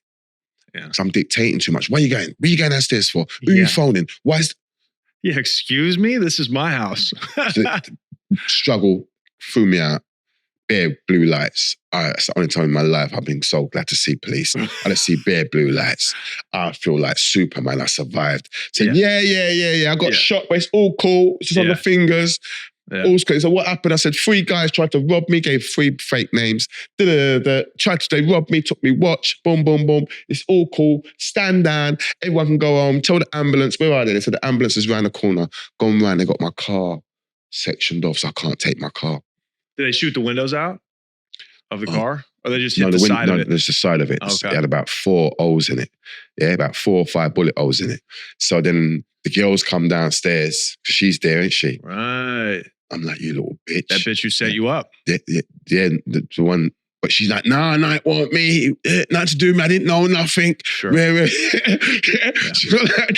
I'm saying, okay. I'm saying, all right, cool. Anyway, she's convincing me it's not her, innit? But I want to still pick this little bitch's brains, innit? Yeah, so she's coming because I want to know, you got to remind me, who is this girl? What do you know? I want to know everything I can get out of this girl. Do you get it? Because I know the girl that come to your house, she definitely lined me up. Do you get me? So going to the hospital. By the time we got to the hospital, I swear he was at the hospital like maybe 10 minutes. By the time we got there, 10 minutes, they knew who I was. They just came in and said, yeah, Carlon, we know who you are. And just walked out and left me for dead. No formal conversation. Nothing. It's come in and said, yeah, Carlon. Yeah, they goes, yeah, we know who you are. We know you're going to cooperate. We know who you are. So... And that was it. They was gone and I was there. And then obviously I didn't want no one to come and get me, so I left straight away. And yeah, that was it. I was missing, but that's how. And then our war started with that fella there. Okay. So how long did that war last? Between the East Side, your crew, and those 2 other firms? There was many. It went on for a while. When I was out, like where we're talking now, 2K21. The war's going on, but you know what it is? It's a difficult one because it's a complicated one because you got the older Hackney guys, that's love or money. They're at beef with the older Tottenham guys, yeah, which is the Tottenham guys / the West guys, yeah.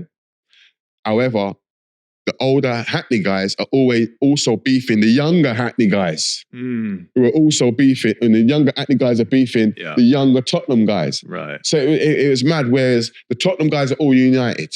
Right. Older and younger, they're fighting Hackney. Whereas the Hackney guys, they're fighting each other, older and younger, and fighting over there. So it was kind of complicated. Sure. Does that make sense? So what about your firm, your family? Like, did you guys stay together, or what happened? Yeah, we stayed together. Did you guys drop bodies? Not you. I'm not asking you personally, but like, did people get killed back and forth? Did you lose anybody from your side? Yeah, we was on a little run for a little while. Then it gets evened up. I think one of the first people to drop. I think Kenny got shot. That was a guy called Kenny Rowe. He got shot. He was Fox's best friend.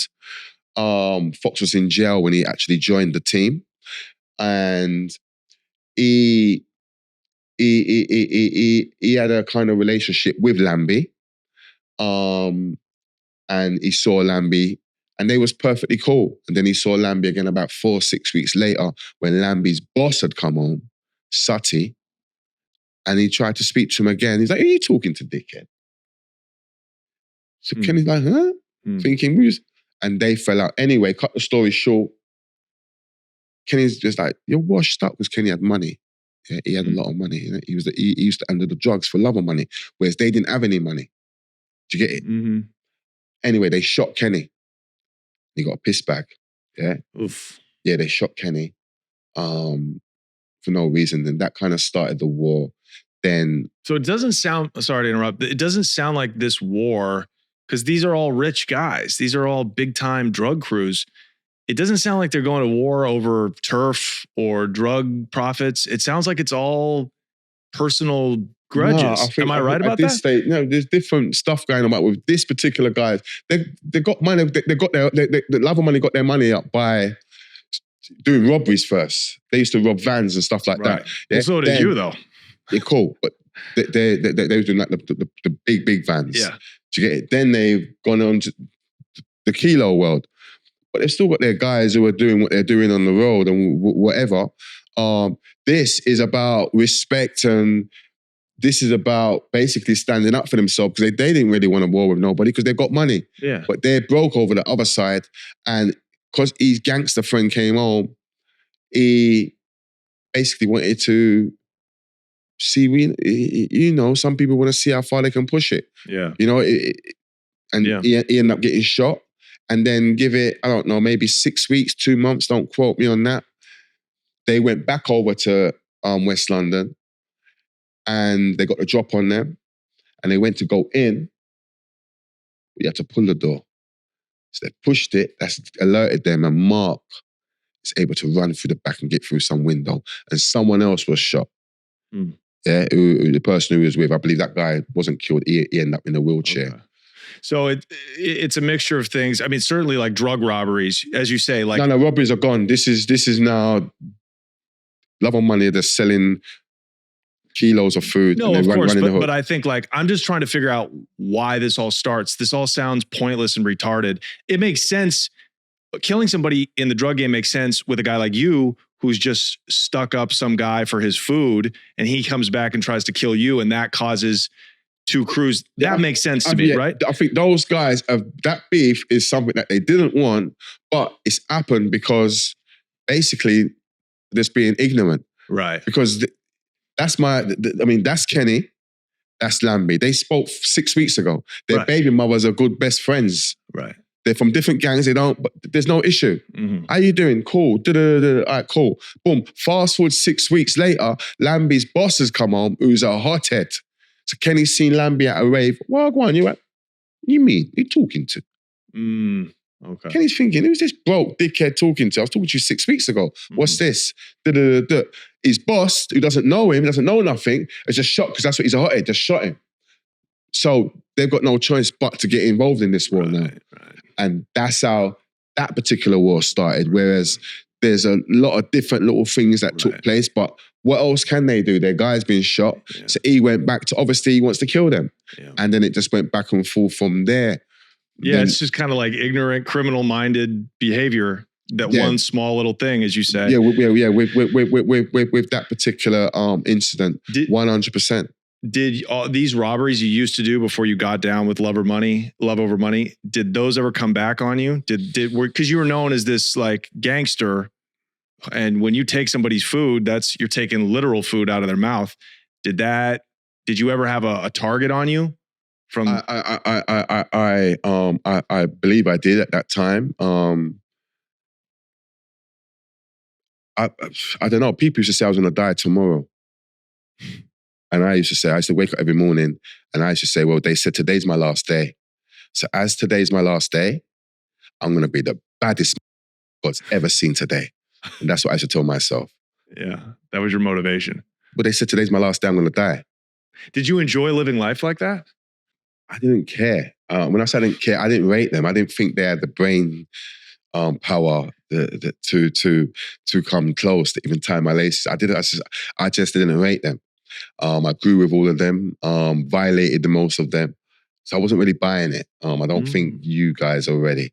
That's what I believe. Yeah. And yeah, that was my thing. I mean, people used to say that they're saying he's gonna die because it was kind of weird. Usually, you know, you get guys, they come up in the game, they reign, they get shot or they get stabbed or someone beats them up or there's some. But for me, you had 10 years, no L's, all W's. And it just becomes a myth, doesn't it? It just becomes a myth. I mean, you ain't got none. You could walk around, you could speak to 15 gangsters. And it's like, yeah, I can't. But then ask them, just tell me one person, dead or alive, just one person who he met in a rave or at West End or they chased him or he had to run off. Just give me one. They want me to give you one. Yeah. That don't happen too often. Yeah. So with that little myth, and we're at the highest level batting, it's just become a madness. Like, who is this guy? Like, what the untouchable. You're kind of untouchable. So when I tell my stories now, the youngsters, they online, they call me John Wick. Yeah. They generally do. Cause they're like, how come you got so much stories, but no one ain't got no stories for you? Right. Like, what the who is this guy? Is he John Wick? And it started to piss take calling me John Wick. But it's not that. We all bleed. We're all. Yeah.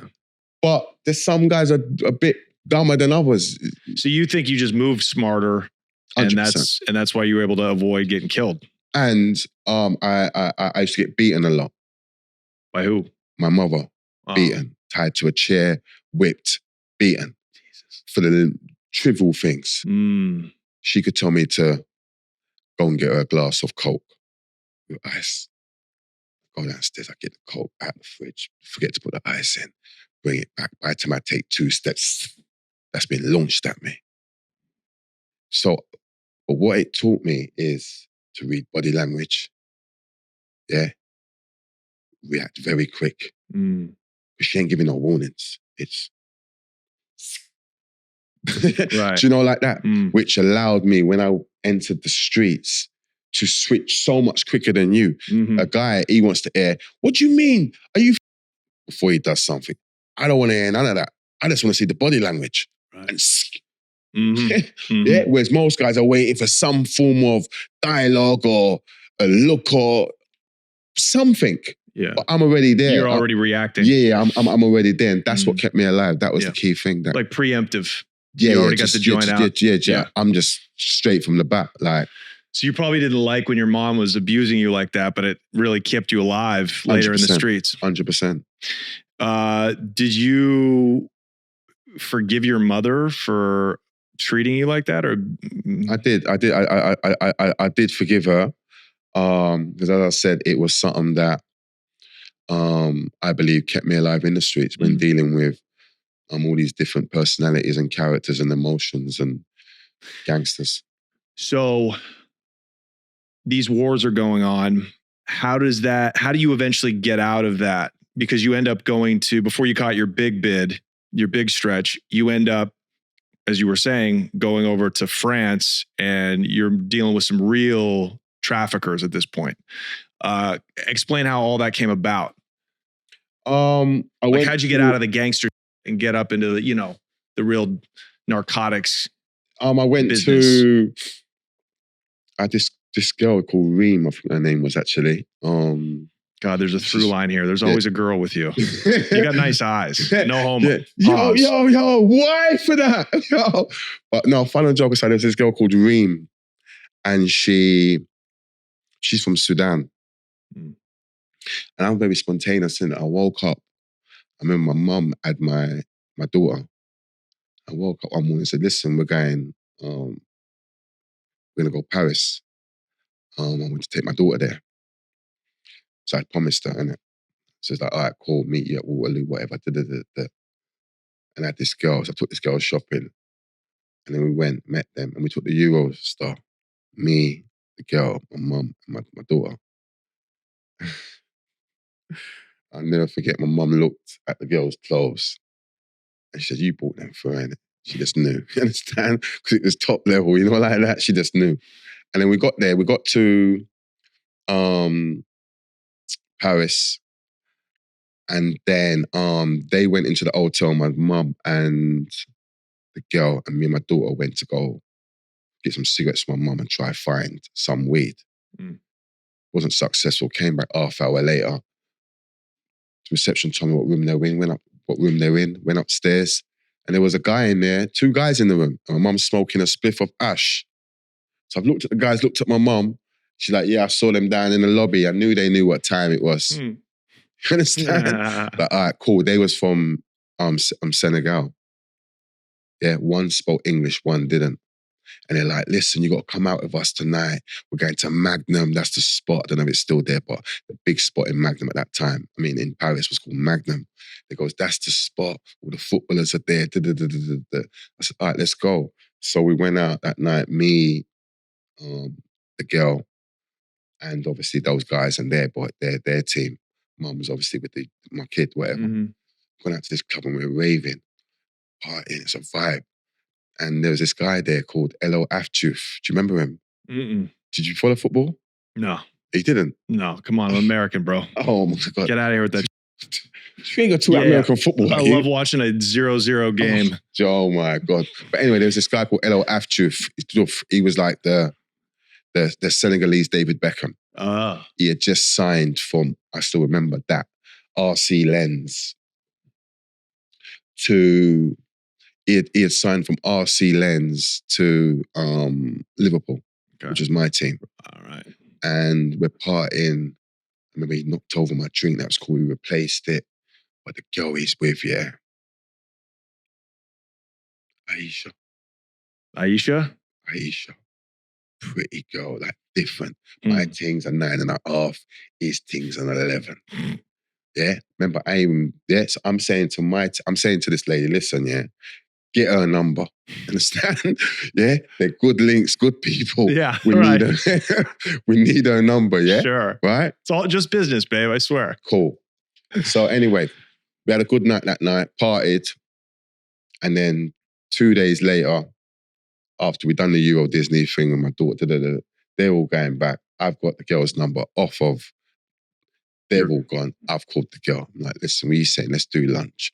She's like, I don't live in Paris, darling. I just flew there I live in the south of France. I said, what? What's going on there? She's like, palm trees. I'm like, I didn't know south of France got palm trees. She's going, yeah. I said, I'll be there in like 3 hours. She's like, sure. 3 hours later, I'm in the south of France. You understand? Yeah. And it was her and her sister. She had a little baby. Her baby was about 2 years old, 3 years old. And we went out for a meal, whatever. And then I walked into the hotel. They come and saw me the next morning. And then we went and got some food. Then we got into her house. And then underground car park, codes, the lift, codes. Got up to the front door, codes. I'll never forget, it was in my head, okay, that's what Jay-Z was talking about. And he said, I'll give you the codes to the crib. And we've gone into the house, yeah. I'll never forget, we're standing on the balcony. There's one big swimming pool. But this side of the house, this side is where you rent apartments. That side is the hotel section, yeah, where you can rent for the week. Over here, it's like maybe yearly or monthly or whatever it is. You get it? So I said, what do you do? Right. I'm thinking you've got a rollie on, nice car, codes to get in. We're Bangor Olsen, and not a lot of people know about B&O, Bangor Olsen. Yeah, in her front room. I'm like, what do you do? She goes, I don't do nothing. She goes, my baby father, my child, he's the captain of the French national basketball team. That was my guy. We moved from Senegal together. We went to Germany. Then I left him, we come here. She goes, I had everything, but I had no life. I couldn't have no friends. I couldn't have nothing. So I gave it all up, left him. So he pays for this, and he pays what he needs to pay for. Yeah. So that's why you see me living like this. Huh. I was like, okay, that makes sense. So I stayed out there for, that was like maybe, we're still in like month 1, month 2. Then I went to Milan to go shopping. So I sent for my cousin Therese. Do you have money? So like this whole time as you're working for the firm as the muscle. No. I'm not working for the firm. We're part of the team. I got my own going on. But what are you doing for money though? I'm You're trafficking. Yeah, I'm doing. You're getting off. Yeah. I got the link out there. Remember these guys out there? Okay. They're from Senegal. They're from Senegal, but they're doing their things. So what they're paying for, say, a 9 bar, I could beat that by, say, maybe £1,200-1,500 or whatever. Can't remember now the details. So that's how I was earning money. I ended up staying over there Well, can you explain that in American English? What do you mean by that? And so basically, my connect is in Pakistan. Okay. Right. Okay. So you're moving brown. You're moving hair on. Yeah. Cool. Right. Okay. So I got to connect. I met that guy in jail actually. Okay. To connect. Okay. He was an Asian guy, and someone wanted to beat the out of him. He was my cellmate because he had a Rolex on, and I wouldn't let it happen. And I kept him safe. And that's how I met him. Okay. At this point, when you meet this Senegalese girl in the south of France, how were you getting money? At that point, my mind's moving fast on how we can earn some money, but I'm still not on it yet. Yeah. I then end up going to Milan with my cousin Therese. We actually go on a train where you could there was beds on the train. It's the first time I experienced that. Just to go shopping. That one road where all the shops are. It was only when I came back that I started to do things with the Senegalese guys and starting to make some money with them, because by now I'm telling myself, I'm not even going back to England ever. Right. I'm going to stay over here. I like the south of France. It's peaceful. I've got a nice connect. That's what I'm telling myself. Okay. So tell us about the brown. How does it get from Pakistan, from your guy to... Basically, they've got loads of different trucking firms. Yeah. Okay, so I don't know who owns what, but they say my guy, he's got 30 trucking firms. Next guy's got 20, 10, 15, whatever. I didn't know this till afterwards, by the way. But what they was doing, they would load it up with, I don't know, 100 kilos, 200 kilos, 50 kilos, whatever it is, yeah? And what I didn't know was basically so when customs was stopping their vans or their trucks and opening up, they got to pay for everything. Do you get it? Yeah. So if they open up let's say there's like 50,000 bags of flour and they open up all of them and don't find no drugs. My understanding, what I was told then, they got to pay for everything that they open. Got to reimburse them. They got to reimburse them, innit? Yes, they don't really like opening shit, they know what's going on. Yeah. So these guys were playing smart. If they've got 25 trucks going out that day, they would tip off customs that truck 5 registration form has got the work in it, yeah. And they'll stop them, get those little 20 kilos, 5 kilos, whatever it is, and let the rest come through. That's how they was getting their... Smart. Okay? So from there, my guy, who I'm dealing with, my connect, he's already explained to me that if I take it in France, it's going to be much cheaper than taking it in Europe. Okay? So I've already got the rates, yeah? And it didn't make sense for me to take it in England. I'm not in England. But because the Senegalese because they were active anyway, whatever, let's say they were selling their 9 bars for at that point, I don't know, 4.3, 4.7, whatever. I could have given it to them for something like $1,000 cheaper or maybe even less. Yeah. So they was my first initial customers. Right. And then they branched up and moved up. Right. So instead of buying 1, they started buying 2, buying 3, buying 4, whatever. That was it. So I never ever came out of that circle, those 2 guys. So now, the 2 brothers. So now this is beautiful. All you got to do is give it to them and that's what it is. And that's how I ended up staying in the south of France for maybe 8 months. I was out there until my friend got bail. Okay. So by the way, how does heroin get from Pakistan to France? I don't know. I just know it drives from Pakistan. It's the land the whole time. It doesn't go on water. Well, not that I can remember. I wasn't. That had nothing to do with me personally. Yeah. But they used to drive it. My understanding from Pakistan, drive it to Russia. I didn't even know you could drive from Pakistan to Russia. I still remember the route now because he explained to me even then. But it was to drive from Pakistan to Russia, and then from Russia wherever you want it. That's crazy. It was different prices. So you were getting a kilo for how much, and then giving it to your Senegalese for how much? Yeah. How much were you flipping like a bird for? Now. Wow. Yeah. That's a different game. That brown. You don't like it? I mean, I don't like any of it or dislike it. I mean, it's just in America, it's a very dangerous thing to sell heroin. You get a lot more time than even the cocaine. Well, crack maybe not, but heroin's just it doesn't really exist in America anymore. So I find it fascinating. It's mostly synthetics, fentanyl and like that. And it's lower quality stuff because it comes from Mexico. So it's gummy, meaning it's unrefined. But you're getting heroin from Afghanistan, which is a lot more higher potency. And you never had to cut it up or anything. You just got it and dished it off. Yeah, I didn't touch it. Wow. So did you make a lot of money? We made money, yeah. You made money. So then what happened? I stayed out there for about 7-8 months. Used to go back and forth to Paris to do, Milan to do some shopping. Then my friend Fox, the one who died, he was in jail at the time. Him and his co-defendant Skelly. It's in public record. Yeah. The police tried to arrest them. They had a baby Uzi on them and another firearm. They've kidnapped the policeman at gunpoint. It's in London? Yeah. Kidnapped the policeman in the car. They end up getting them nicked anyway. They got nicked, okay? Policeman, guns, nicked. I'm in the south of France. You think they're never going to get out, right? They get not guilty. I mean, the case took it to trial. They took it to trial and the case gets beaten. But I'm in south of France and it comes on the radio. London gangster Robert Powell was released from... What?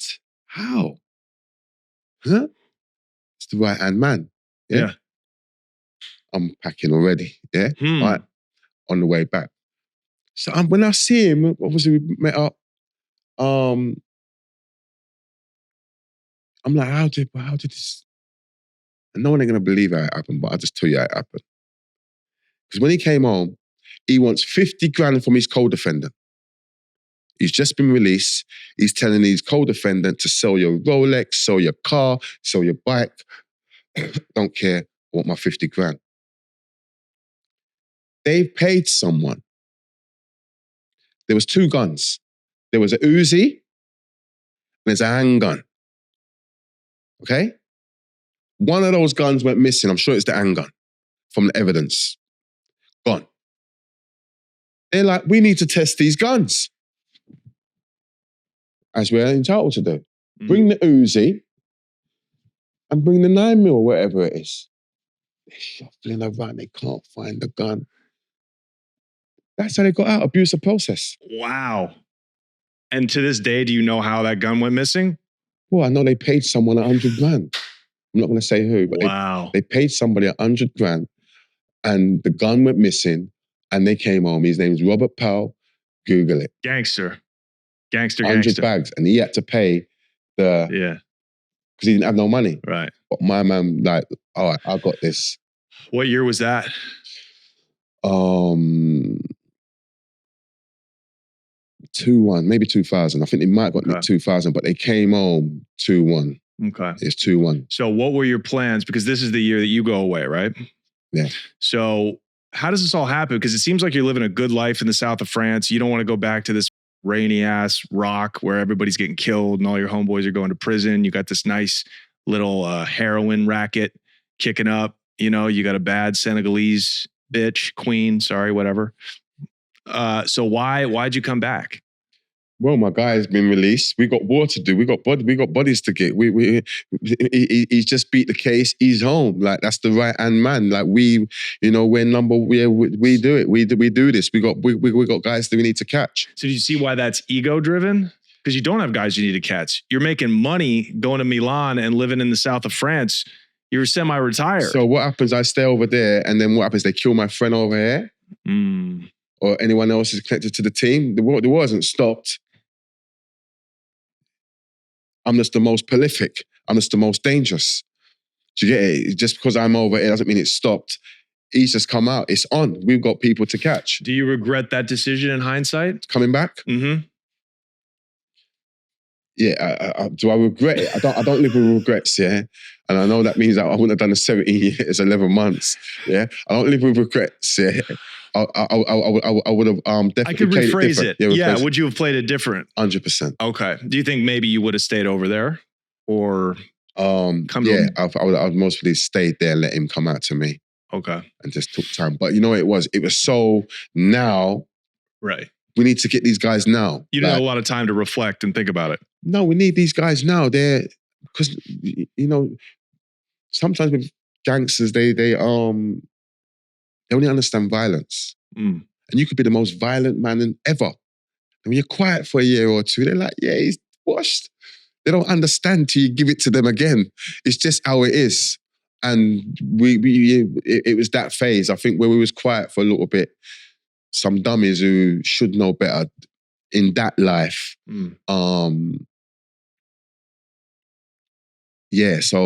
Definitely all those ingredients play a part. Ego, disrespect, all frivolous. None of them are justifiable, are they? Yeah, you were still pretty young too, you know, you're 28 or something like that. So, you know, it'd be different at your age, at our sagely ages now. It's a lot different, but no judgment. I just... we're at war. Does committing murder, that's just ultimately when you come down to it. I've never commit murder. But then you say you got opposition to go see. What is that? How does that end with anything but somebody getting killed? Well, it can end in a variety of ways. As I said, there are definitely bodies on both sides, but I definitely haven't killed anybody.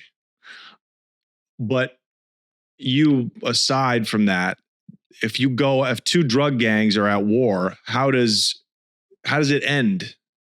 How does it end with in any way but people getting killed and the other people going to prison? I mean, as I said, you can do your research, you can see that people died on each side, but I'm not going to sit here and tell you I've killed no one because I haven't. But how did that sit with you, knowing that you had this drug money, you had this chill life, and now you got to go be back in the streets?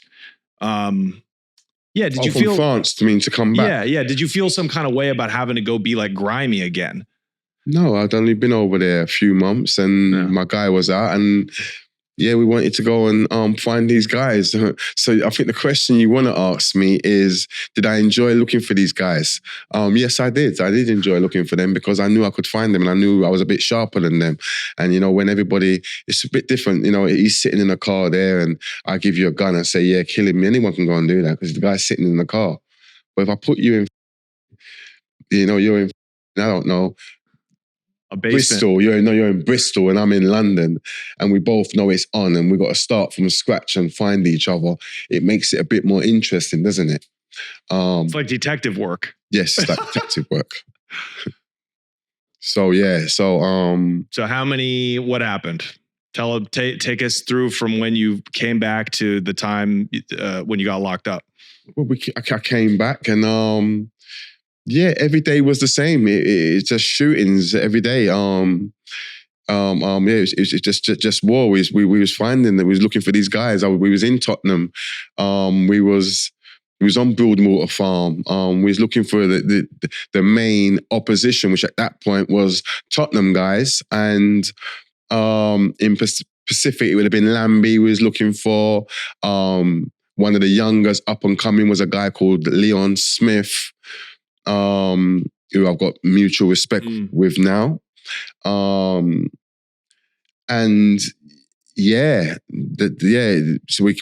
we came back. And how are you funding? Because it's expensive when you're out looking for people. That's less time. That's time being taken away from making money. So did your pockets take a hit, or did you still have the rackets going? War always makes you take a hit. But at the same time, I've moved from, because remember, I've come back from the south of France. I'm now back over here. One of my guys who is still my friend now, he's now legit, by the way. They continue to deal with the plug over there, doing what they're doing. And they continued for a long period while I was in jail. Then now he's no longer involved in that. So yeah, I've come back and I'm just doing what we're doing over here. We've got to rebuild over here. It's food straight away. We got to have food out there. We got to make money, man. Is it brown or white? Both. Love or Money dealt with both. But me personally, as I come back, I just want bodies, and I got my own stuff going on. Did you get it? So even though we're one team, and my guy wants to set up different, because we didn't have lines. At that point, it was, how many areas have you got? Before it used to be workers. Love or Money was very cocky. It was like, how many workers you got? I got 6 workers. How many workers you got? I got 10. The Love or Money got really cocky with it. How many areas have you got? Right. Do you get it? It kind of changed. Do you get it? Yeah. So, so we're just out there. It's just war, man. Just, you can find someone, you lick them down. You can't find them, you don't lick them down. You're out there all day. You're just waiting for the drop on some people. It just differs. Or sometimes I might give a man a blight. I remember there's this guy called Johnny Ringo, who he was one of the youngers from H-Town, but and he's a very phenomenal player right now. Him. And he's got his little soldier, Minnie, who manages Popcorn right now. Popcorn's one of the biggest artists on the planet right now. But I had a relationship with Ringo. Remember I told you the olders with acne was warring with the youngers. But there's some of the youngers that I got on with. Ringo was one of them. And they was at war, just to show you how it is. They're at war, my pal, and I'm not involved. Do you get it?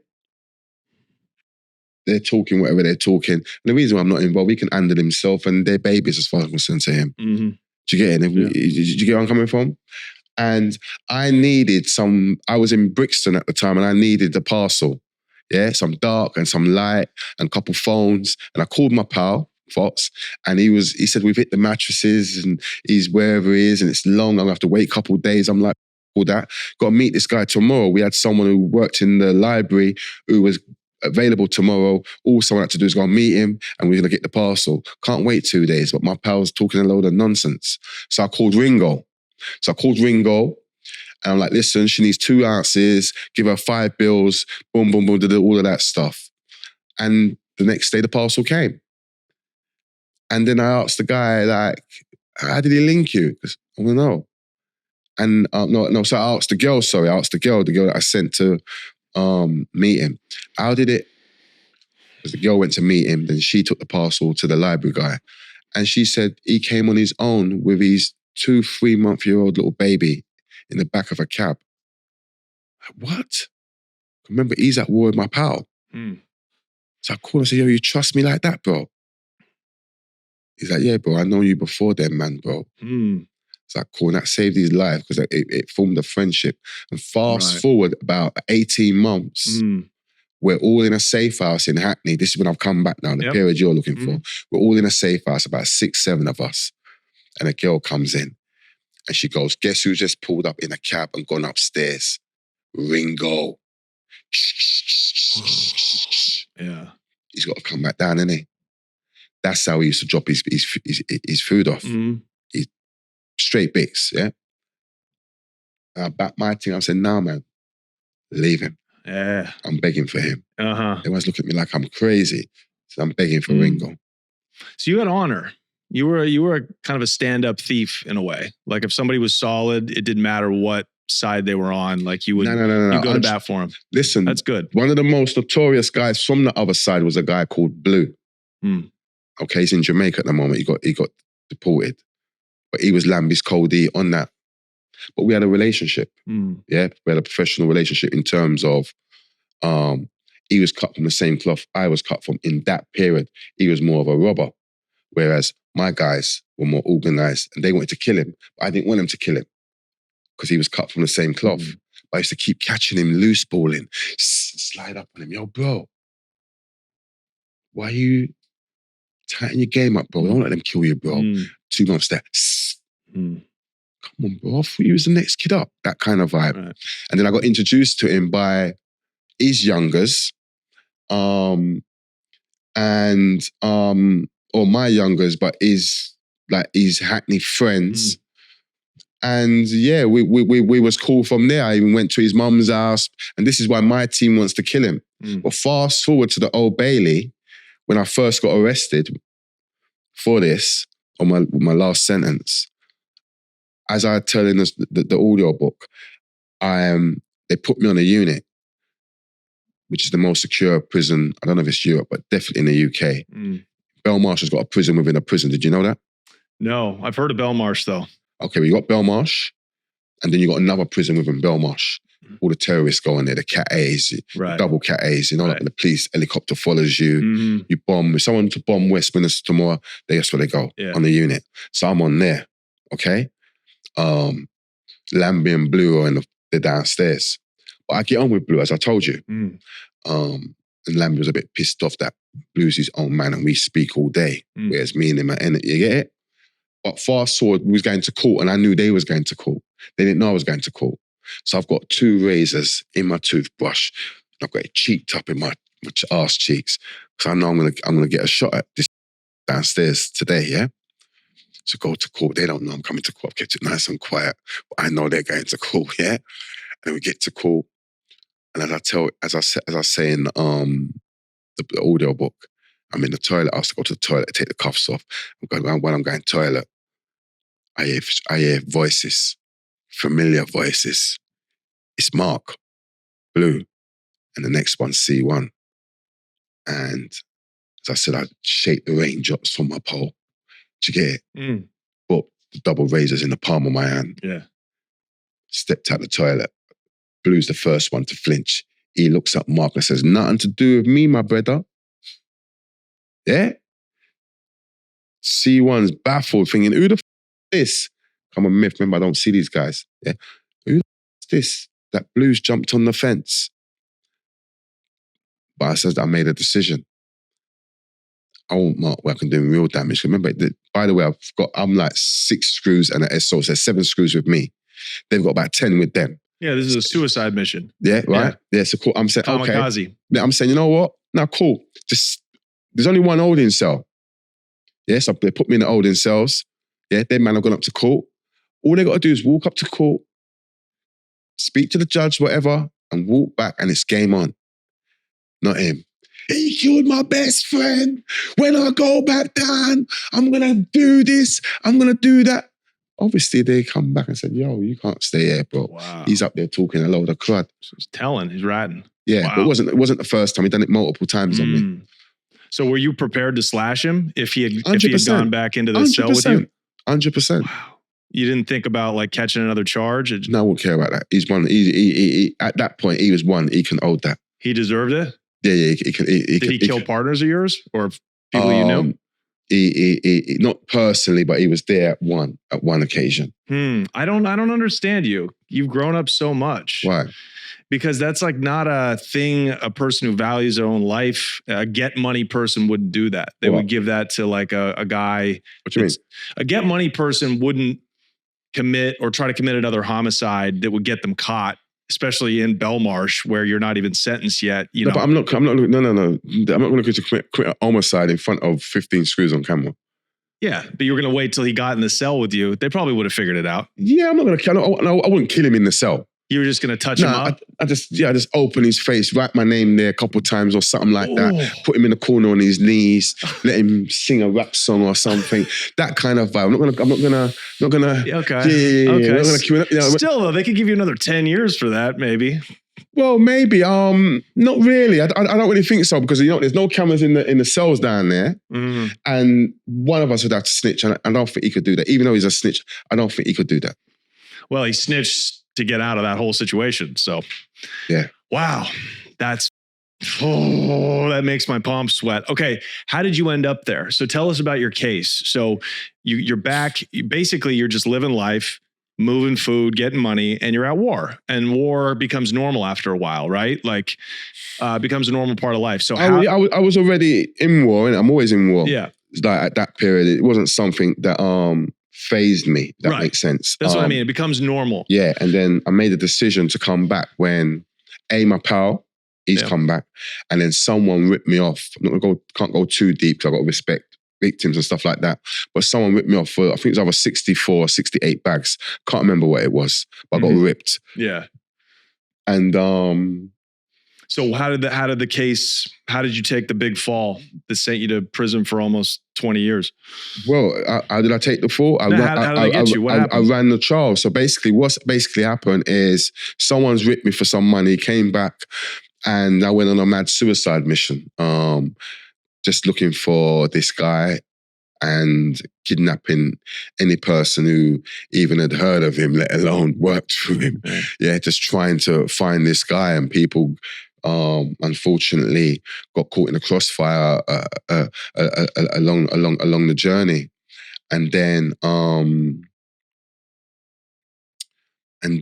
what happened then? Then what's happened is I got nicked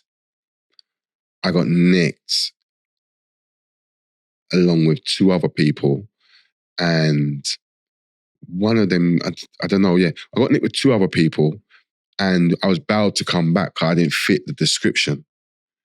What'd you get nicked for? What was the charge? Got nicked for kidnapping, possession of firearms. They were the main charges, I think, GBH. Yeah. And I've been bound to come back, but I've already made the decision. I'm not going to go back. I'm going to see what happens with the others. So I'm in a good position because. What do you mean go back? Like to the police station? Oh, so you got bailed out? Yeah, I got bailed out, and it's looking good because I got bailed because I didn't fit the descriptions at that point. Oh, I see. Okay. Did you get it? Yeah. So fast forward, I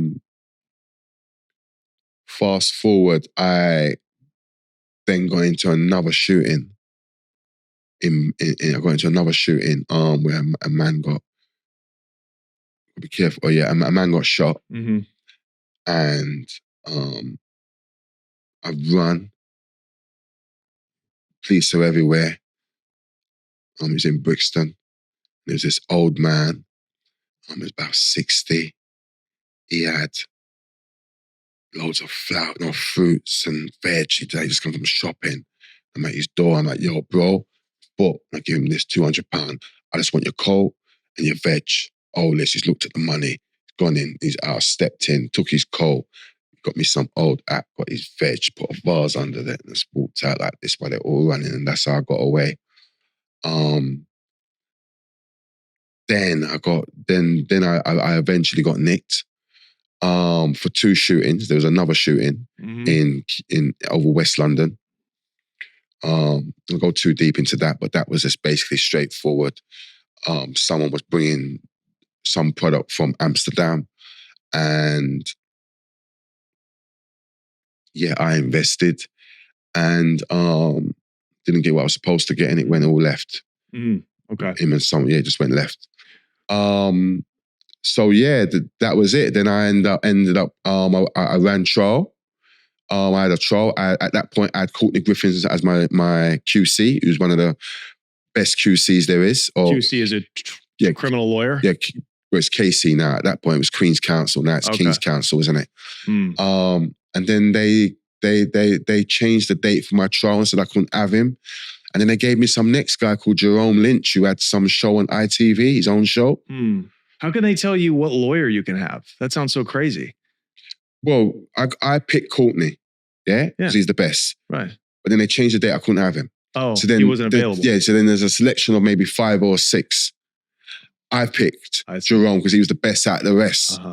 Even though I don't think he was good enough. Okay. But he was the best out of the rest. What are your charges? It sounds like they're charging you with all these things, the shootings, the kidnappings. It's basically in America, it would be like, that would be like a racketeering charge. That's what they would put on gang members. They put a bunch of different crimes. Different. You know, it's a weird one, because actually, my actual, and I don't know why, because I haven't seen it before, I haven't seen it after, because America's not like, England's not like UK. However, I did get put on Cat A for organised crime. That's how I end up on the unit. Right. Not a lot of people know that. That's not even a terminology they use in the UK. Okay? Yeah. But they had to justify putting me on the unit. Okay, but what were the charges? Kidnapping, attempted murder ×2. Got it. Possession of a submachine gun. Okay. Possession of handguns, kidnap, torture. Right. It was the old. So that's a whole bunch of separate crimes they're putting on you as one charge, and that's what they do with organized crime. That's what I wanted to know. Yeah. So so they're trying to throw the book at you. They're trying to put you away. Yeah. So that's what they're trying to do. So So I mean, So you get this second best lawyer. You get this cat. I sack him after day one. Okay. I asked him to ask a certain question. He didn't ask it. So I thought, well, it's pointless you having my gun in court and you're not firing it. I must have fired it myself. So I sacked him and I defended myself for the 3-month trial. Wow. 3 months. Yeah, 3-month trial, Old Bailey, top court. In there, I knew all the exhibits off the top of my head. So it's day one. I've just sacked him. He's pissed. He's been sacked, but he's saying they're more angry. Yeah, and we're gonna get this turned over. By the way, that's on our next year. We're gonna get it turned over. He said the prosecution are not happy. I said why?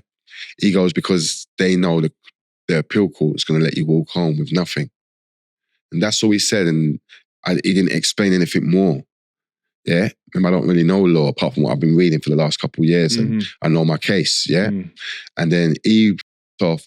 Then we've gone downstairs, and then the judge has told my solicitor that you've got my solicitor wasn't even there. They told the clerk to tell my solicitor that from tomorrow morning she will be required to attend court every day to give me legal advice on points of law as and when they arise in the case.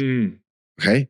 Because I don't know law. Right. And they don't want on the appeal you being able to say, hey, I didn't have a counsel. I didn't have proper counsel. Cool. So then the next day, the solicitor turns up and says, I can't commit to that. She goes, I've got a big firm. I'm a partner. I've got loads of clients. If I commit to that, I'm going to let down about 20 clients. But the judge is like, well, you got to. She goes, I can't. Well, you got to. I can't. Well, you're going to have to. Well, and anyway, cut the story short, she didn't. So you, this kid with no education from the estates, gangster, is defending himself, and they hate that, by the way. In America too, they hate it when you defend yourself. But even worse was the fact that I knew everything.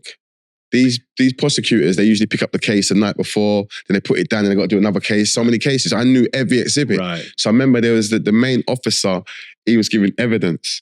And for example, one of the attempted murders in Brixton, they were saying, when the paperwork came back, they found my uncle's DNA on a cigarette butt in the car. Yeah, a car that was found in the scene. Right. And it's his DNA 1 billion to 1. Okay? So then they went to go and visit my uncle, knocked his door, said, listen, your cousin's obviously, your nephew's in jail for these shootings. Have you ever been in this car? Because we found your DNA on this cigarette butt, 1 billion to 1. He's gone, well, it can't be mine because I've never given you my DNA. Shut the door. Yeah, so they're baffled. I don't know all this is going on. By the time we get to trial, I know what's going on. And now they're saying, it's not his DNA 1 billion to 1. It belongs to my cousin 1 billion to 1. But I've already got my investigation team out there. My cousin at the time, by the way, and when the crime took place, was in jail. So he couldn't have been there. So we've got, you saying it's my uncle's 1 billion to 1. He's told you it's not his. Now you're telling the court in documents that it's my cousin's 1 billion to 1.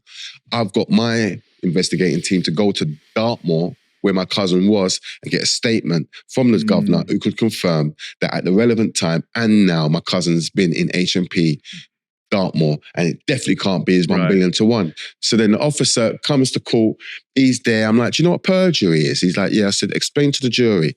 I said, don't look at me. Explain to the jury what perjury is. So he's explaining to them what perjury is. She said, have you ever lied? No, how important is DNA in this case? So, address the jury. She said, address to the jury, it's important. 1 billion to 1. So I said, okay, help me with this. You went to Mr. Martin Campbell's house, who's my uncle. Is that correct? Yes. And you told him that you found a cigarette butt and the DNA on that cigarette butt is 1 billion to 1 his. But he had never given you a sample. Explain to the jury, how is that possible?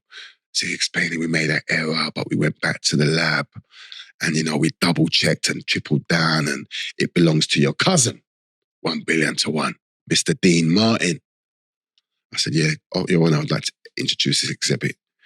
This is from the governor, blah, blah, blah, HMP Dartmoor, who clarifies within this statement that Mr. Dean Martin has been stationed located there for the last 2 years. So it was impossible for him to be at the crime scene last year, and therefore impossible for it to be 1 billion to 1. The jury's looking at it, judges looking at it, the guys just looking at me like this. I'm saying, explain to the jury how that is possible. Adjourn, take him down. We're going to recess until tomorrow. Whoa, what do you mean? Let him answer this. Take him down. Wow. But I didn't see that officer for 5 days. 5 days I didn't see that officer. So they were lying on you. Of course, Pretty 5 clearly. days. He turns up. Yes, we made an error. It's 1 billion to 1. Your DNA. Right. I said, yeah, you lot are too much for me. And that was a shooting? That was for a shooting? Yeah, that was for a shooting in Brixton. Okay. What did they end up nailing you on? They nailed me on 2 attempted, all charges. Only charge I got not guilty on was the submachine gun, and that was because I had a defense that he shot me. Yeah, that the person, anonymous, shot into the car. Do you get it? Yeah. Rather than me shooting out the car. Right. And they couldn't, it was a sketchy one. So how'd they get you on that shooting though, if it was clearly they were caught lying? What are you talking about, bro? They had loads of different evidence from different little, like from there, they had me and my co-D. The man who got shot didn't pick me out in ID parade, but he picked my co-defendant out. Yeah. But he didn't pick me out. Yeah? And I can say he didn't pick me out, okay? Yeah.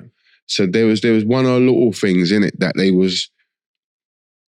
used to connect you. Yeah, to get me. So even though I shouldn't have really, like running a trial with just that attempted M, I'd have mostly bust it. You would have beat it, but you had all these other cases, and plus I'm defending myself, plus the judges letting them do some nonsense that they're doing. Right. So it was just a case of, it's an unwinnable case overall. You're just trying to, if I was a lawyer, I'm just trying to get this guy often enough to where he doesn't spend the rest of his life in prison. That's kind of how I would be looking at it. Yeah, well, I had the choice. I could have pleaded guilty and got a lot. What were they offered? So they offered you a plea deal? Yeah. What was that? I can't remember now, but I think it was something like 15, 18 years. Huh. Okay. Yeah. And that's what I say in the order, but I've rolled the dice, man. Yeah. But you ended up only doing about 18 years. Yeah, 17 years, 11 months. But if I would have got 18 years, normal sentence, not life, what'd you do out of that? I would have done like maybe 12. Yeah. What were you, okay, so you ended up 3-month trial, very impressive. You defended yourself. Did you have witnesses testifying against you? Yeah. How many that you remember? It's a 3-month trial, man. A few? Yeah, Did you have any gangsters, like cats that were in the game that testified against you, or were they just civilians? Different levels, yeah. They sold drugs, but yeah, they all ratted, didn't they? And you were at Belmarsh for how long while you were preparing the case, and while they were like, how long were you there? I was in Belmarsh for over a year. Yeah. I was there after the first 4 months. Then I ended up in the block. Me and my co-defendant were in the block. And we're moving a bit wild. Let's look at each other and let's beat the screws up. Like it was a bad, yeah. And he's a knockout specialist. Right. Who said he's not cutting his hair or coming out of the block, period, until he gets justice. So he stayed in block for over a decade. Wow. Just beating him up, my co-defendant. Wow. Yeah. Okay.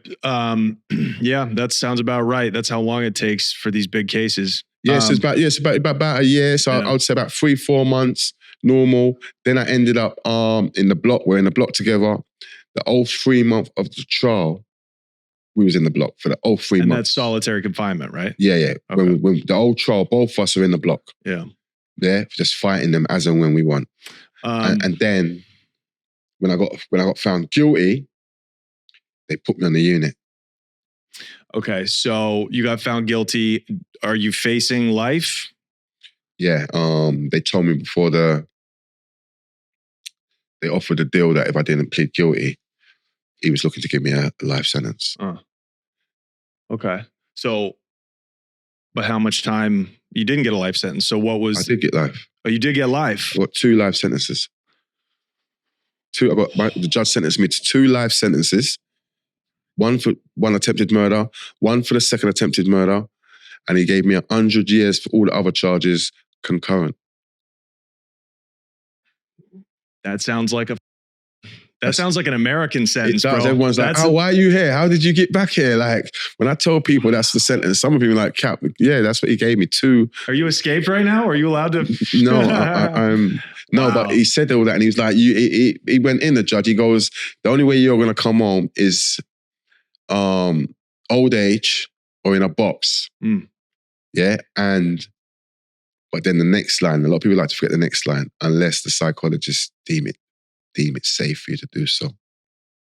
So he left that open, and that was transcribed in the court. So now you got action, baby.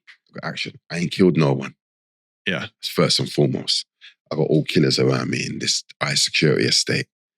Yeah, that's my first plus. I ain't killed nobody. Yeah. B, I got the psychologist. I done the SCP course. You skipped a lot of stuff, but the SCP course. They can read the book. Which is the course. They can listen to the book. Which is the course, basically. I don't think it's in the book. But yeah, it's just the course that you got to do to rehabilitate yourself and lower your sentence. And lower your risk. Yeah. That makes sense. Mm-hmm. Yep. So yeah, I completed that course, and yeah, I built a relationship with a psychologist. Let me guess, you're having sex with her. No. They're the ones I didn't go near, bro. Smart. They got your life in their hands. Yeah. Yeah. It wasn't like that, but we had a professional relationship, and yeah, they rolled me out as the poster boy because I had basically done that transition, done the course. How long did the course take? 18 months. It was a long course. Wow. And was it a lot of work? Yeah, a lot of work. Yeah. And actually works. Yeah. Do you think it changed you? It clearly changed you. 100%. What year into your stretch did you complete that? Ooh. I don't know, maybe it was hard to do. I couldn't get on the course because I kept going around in circles. I was in different beefs. Yeah. I don't know, maybe 8, 9, 10. Mm-hmm. Yeah, it took me a while to get on the course. We had to threaten them, take them to court, judicial review. Because they at that point, the only prison that done the course was Long Lartin, and the governor at the time wouldn't accept me. So we're like, well, if I can't do the course, I can't get down to Cat B. That means I never go home. Yeah. He's like, so? We're like, all right, cool. We'll just J-reviewed him. Yeah. And then they transferred me, and they had to transfer me in to do the course. And once I'd done the course, you start moving through the system very quickly. So what year? You came home in 2018? 2019. So was that, in America, it's called like you go before the parole board, calls getting paroled. So, you've completed this course. Maybe you've got your degree in there. You've got some trades or whatever. You stayed out of trouble for a while. They all consider that as a factor, right? Mm-hmm. Is that, you went before the board? Yeah. What do they call it in England? Parole board. I went before the parole board on 2 occasions. The first occasion was for DCAT. You got to go in front of the parole board for a DCAT. And they didn't want to give it to me, actually. Where was I? I think I was in Stockholm originally. And I was the mentor's mentor. I used to mentor the mentors. I love when I used to say that. Sounds fun, yeah. Yeah, I used to mentor the mentors. That was one of the top jobs. And I had that job. And then I was doing another mentor job with this lady. I can't remember her name. But yeah, I was doing a mentor job with this other lady. And she had a big argument with, this is very important, she had a big argument with the head of education, some blonde lady. Big argument. Marion, that's my tutor's name. She had a big argument. And in front of the teacher, in front of the class, she's coming, "Oi, you come here." In front of so everyone's asking me, the mentor, what's going on? So anyway, after it calmed down and break time, I've gone to see the head. I'm saying, look, no, it's not my place, not to do with me, but right now you need to kind of keep that away from the class because they're asking me and I don't know. Anyway, I got sacked just for saying that, yeah? Oh. Right, got nicked as well, sacked, bus case, all of that. Lost my job, ended up in the worst workshop on planet, yeah? till I got shipped out. After someone tried to hit me, I even told you about that. But I got shipped out, and then when I went for the parole board looked at that incident. Remember, I've been punished for it, lost my job for it. Yeah. It looks bad. Yeah? Okay, but the parole board said, you basically lost your job, got moved to a shit wing for standing up for Marion, your teacher. Do you regret it? I said, no. I said, why not? I said, because she's a female and she was nearing tears in the class. And I was my mentor, it was my job to pro-socially protect her. They said, yeah, 10 years ago, you would have never done this. We commend you for what you've done. Give him his decap. Bam. And then they said, don't write nothing bad about us when you go home. And that was to get decap. Which means you get lower security you're level. On a decap, that means you can go in and out of prison. Once you've done, you can stay out for only 4 or 5 days. Right. You get to reintegrate back into society. Does that make sense? Interesting. So we don't do any of that in America. Okay, but that's what they do. I see. For decats. And then your decap. How long were you decap for? I was decapped on 2 occasions. Let's call it 18 months in total. Okay. So you do 3 months where you can't come out. After 3 months, you can start going out for day releases. And after 4 months, you can start getting home these 3 days. Then they might move it up to 5. Does that make sense?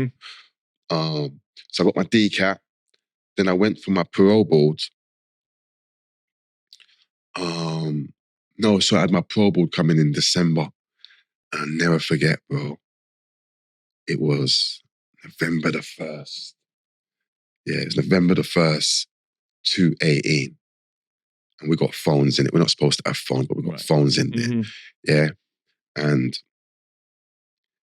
I'm talking to some woman, yeah, but she don't know where I am in it.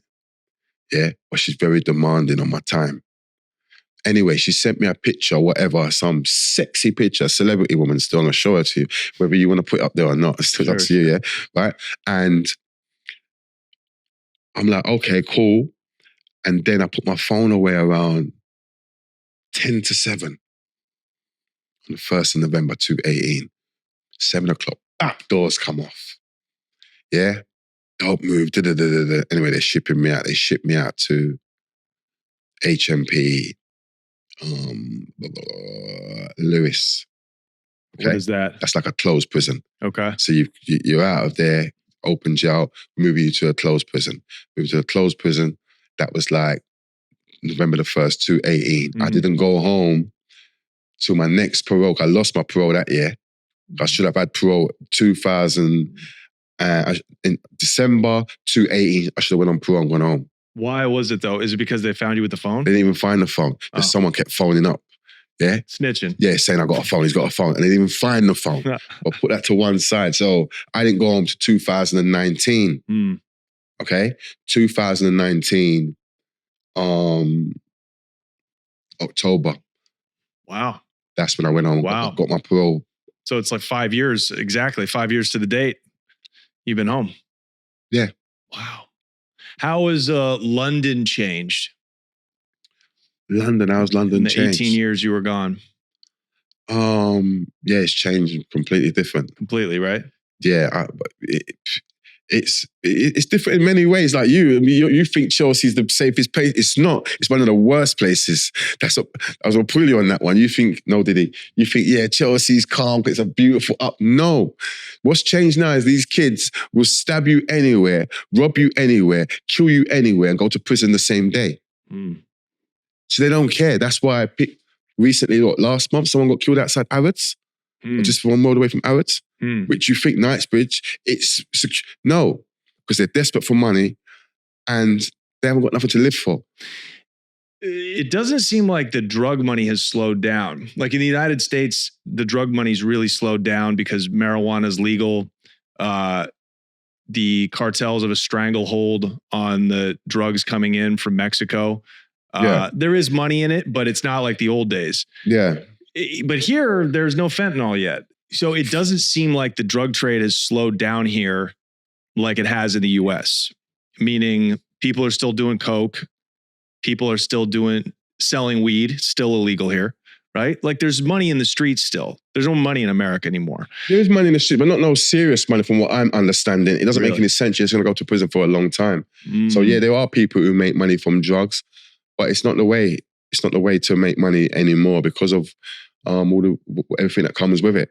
Right. And I think these youngsters, they're not even getting a chance to do that. They've got a knife. Yeah. So the best they can do is rob your phone, rob bikes, or try and rob you outside Harrods.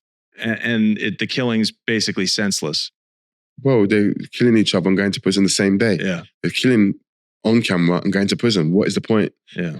Doesn't make no sense. You're doing something, you're committing a crime on camera, which you're going to go to prison for the next 15, 16 years. It doesn't make any sense. Yeah.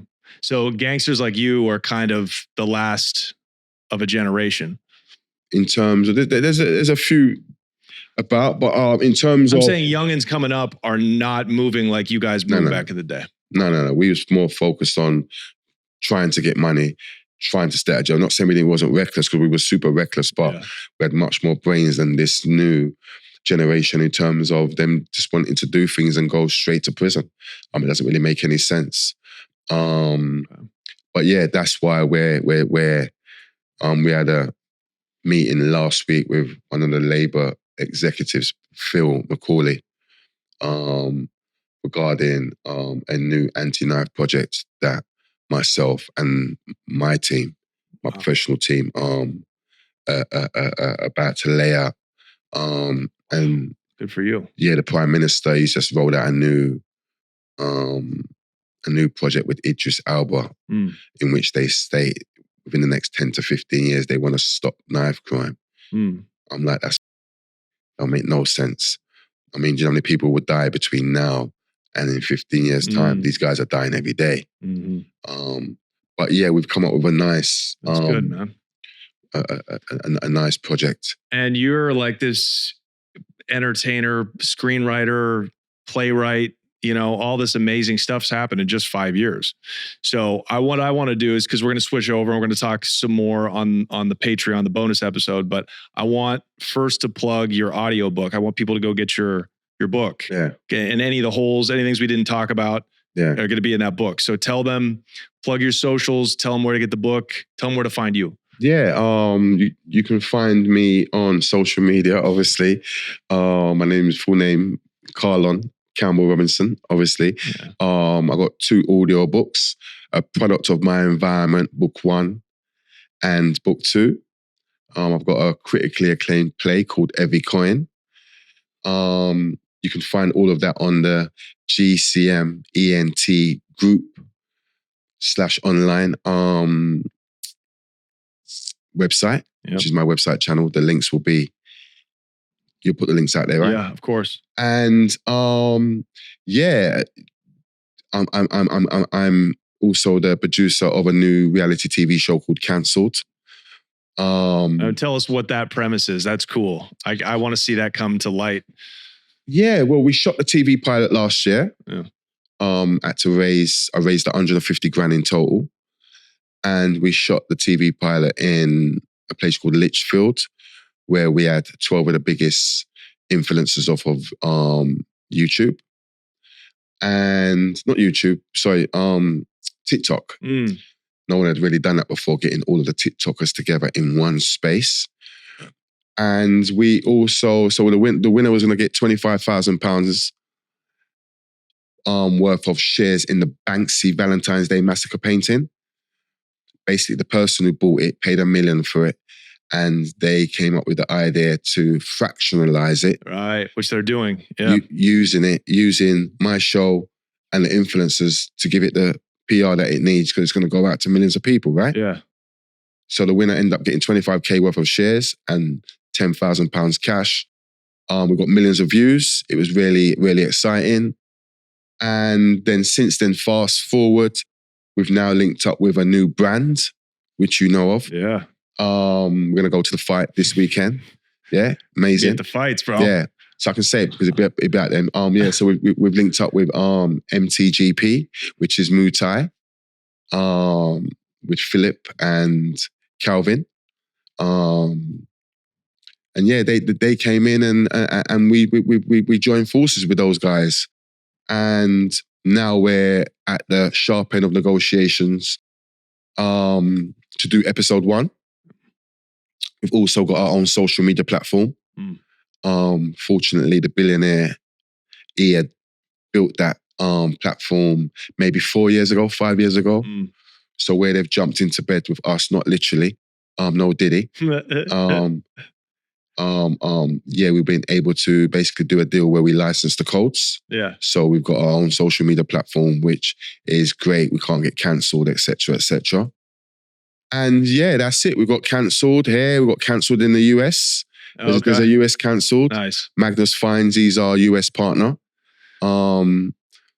You might know Magnus Fines. His brother's Ralph Fiennes, plays Voldemort in Harry Potter. I do know that. Yeah. Hollywood royalty. Yeah. With Magnus, he set up the US side of the company for us over there. And we've got GCM TV, which is a new company, which, that's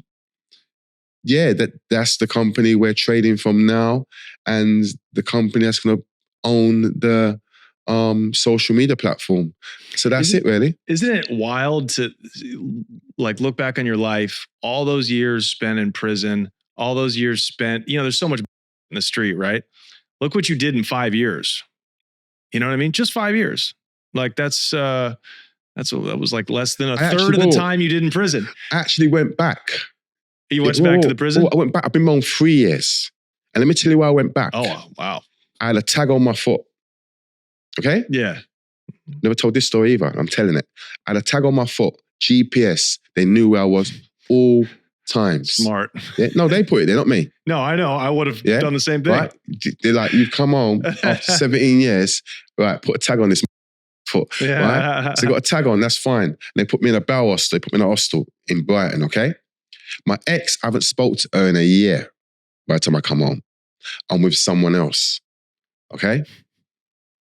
I found this girl. She's a beautiful girl. Her name was Natalie. It's a bit complicated because she was from the opposition camp. Yeah? Her best friend, Lisa, I'll send you the photos. Her best friend, Lisa, was with one of the big ops from the other side. Okay? And I just went to check out her page to see what the ops are up to, and I actually see this beautiful 1010. Like, who the f is this? And we got it cooking, and we actually connected. When it came for my parole, the parole you asked me about, it was her that had to go and buy my shirt in Canary Wharf and fly it up the motorway. From London to Lewis. We was that tight. So by the time I come home, she's the wife. I've seen that I'm going a year. But guess what happens? On my birthday, the 22nd, 2019, my phone rings. I just know it's her. I don't know the number. I can just feel the energy. My cousin comes in and goes, bro, our uncle just gave her your number. I'm like, what the f? She's screaming, you come home. You ain't even said hello after all the visits. I've just got to keep her calm. I'm petrified. I don't want to argue with anybody. I've just come home. I don't want no one calling the police. I don't want no one to, I'm just, boom, phone down. Anyway, I won't tell her where I am. I won't tell her where I'm living, okay? Cool. She starts threatening me. I'll get you recalled. She knows my probation officer's name. She knows everything, yeah? So she all the threats are coming. It's terrifying, right? dude. Yeah, it's terrifying, There's nothing right? you'll be able to do. She could just be like, he hit me. Yes. So what happened? Whoa. So I'm like, what? So I won't meet her. Told her I'm in London. I ain't told her I'm in Brighton because she lives in Brighton. I haven't told her I'm in Brighton. I told her I'm living in London, about hostel, not telling you where it is. But cut the story short, she's ringing down my phone, ringing my phone. Nightmare. So I go and tell probation. Say, listen. Yeah? Doing the right thing. Because it's becoming a bit jarring because I was in the hostel, I'd be on FaceTime with my girl for hours. But every time she rings, it cuts out the FaceTime. Just cuts it out. So someone's got their finger on speed dial for 4 hours, which was pretty normal for her. That's 4 hours. You can't have a FaceTime with your girl. It was that kind of crazy, yeah? And so I'm like, what the f? So I told probation, showed them all the messages, all of that stuff. Cool. Probation's supposed to write it down because it's a risk. I might go around there and knock her out for all she knows. She might come around there and knock me out for all. There's some friction here. She hides it in her pocket. Doesn't tell no one. 2 months later, my ex makes allegation that on November the 1st or something, like November the 11th, I think it's November the 1st or the 11th, whatever, I came to her house and I slapped her. And also I've been coming to her house, driving past her house every day for October, November, December, 4 or 5 times a week. Okay? 4 or 5 times for the week, Carlon's been driving up and down my house and he slapped me, yeah? And I've got probation have recalled me. That's what I got recalled for. They told the Secretary of State, guns, historically, get him in jail. All I've got to say is GPS data. I haven't been to her house once. Yeah, right. Yeah, but I don't want to have a discussion with you. GPS data, produce the data, and it will show I'd never been there, period. Not in October, not in December, not in November, not in December, not even once. Yeah. So we're not even having a dialogue. I had to fight for this GPS data, sack three solicitors, so they wouldn't get it. It's all a plan. And you're in jail while you're trying to get this data read. All I'm saying is, new solicitor, what's going on? All I want you to do is just get me the GPS data, which will prove I wasn't there. This is all a setup. That's it. Month gone past, 2 months. What's going on? The stories gone. The new solicitor. What do you want? Just get the GPS data for my tag, which will prove I wasn't there, and I get on. I'm fighting. I can't get it. I'm like, what the f? Then the Pro Board are trying to say, oh, we can go ahead without the data. At that point, we issue them with court papers and say, judicial review, we're taking you to court because you put this tag on my foot so you know where I am. Yeah. What good is a surveillance state if you're not going to use the guess data? What? God doesn't sleep. So what's happened now is I got taken to a visit. The first visit on the phone with probation. Officer Davenport takes me. First time I've ever met him. We go, I'm sitting there talking to probation and he's sitting there reading his paper. I'm saying, GPS data, can we bring the data up, please? That's all I want you to do. Why haven't you put it in the paperwork? Don't speak like that. We talk about what I want to talk about respectfully, the GPS data. Why haven't you put it in the paperwork? Why haven't you put in the paperwork that I showed you the messages when she was threatening to get me recalled? Why not? You're being aggressive. I said, I'm cool. The officer's cool. He's just reading the paper. Everybody's cool. The only person who seems a bit irate is yourself. So I'm going to ask you again. Why haven't you put the GPS data? Cut the phone. A week later, I see Mr. Davenport for the second time. He's like, your probation officer and your inside probation officer, they contacted me and they told me to say that you was aggressive, you was shouting, banging the table, I said, what? He goes, yeah, it's all bollocks. I went straight to the governor and I reported them. I said, cool. I wrote straight to the governor. Boom. Officer Davenport has told me, blah, blah, blah, blah. And he supports what I'm saying. They're trying to collude to keep me in jail. Wow. But where I've got him in it, so the governor's got it, it's a female. She's obviously spoke to Davenport. Have you told him? Yeah, I told him. So I got him. I'm saying, you lot can be involved in the conspiracy if you want. So they've come and said, no. What you said is true. He backs it. And we're going to do an investigation. Remember what they're trying to do, yeah? They really wanted you, man. But what they really wanted me. But remember what she said I was doing? Banging, screaming, yeah? But she also, in her report, while she didn't put in the report that I had disclosed those messages, what she did put in the report was this. In January, Carlon reported to probation on 3 occasions, shouting, screaming, being aggressive, banging tables. She's trying to create a theme that I'm unfit for the streets. So that's what she's put in January. When I put in the complaint, I was able to identify on the 14th, 17th, and 18th. That's when I saw you in January. And because I knew you was on, I recorded all 3 conversations. And here's the audio. So there was no banging. Yeah. There was no screaming. It's all, so they've got that and they're like, that only recorded you. He's put 2 complaints in. Don't tell no lies. Because if he's recorded you random, it must be So when they asked her, did he disclose that those messages where she said, I can get you recalled anytime, it's that easy, I set you up, she said yes. She couldn't deny it because they're thinking he might have recorded that too. Right. Yeah? So They found her guilty, my probation officer, of gender. I was saying racism, but they found her guilty of gender bias. So they took her to criminal trial? She lost her job, everything. Wow. For that recall, I went to jail. So how long were you down though fighting 18 this? months. 18 months fighting it. Where were you? You were in... I was in HMP hideout. How did you have a phone to record? No, I recorded when I was in the community going to probation. I see. So every time going to probation, because I noticed she's moving a bit, I'm recording it and locking it off, recording it and locking it off. So there's proof of our interaction. Okay. So when she set me up and got me recalled, and I've gone back to prison, remember, I ain't done nothing. Right. But it took them 18 months just to get this whole thing adjudicated. That's cool. But then when we got through, officer named, a probation guy called Mr. Lowe, he done the investigation after me pressuring them. Yeah. And when he spoke to EMS, who have got the data, they said, we already gave her the data before he got arrested. Wow. What you want us to do? Send it again?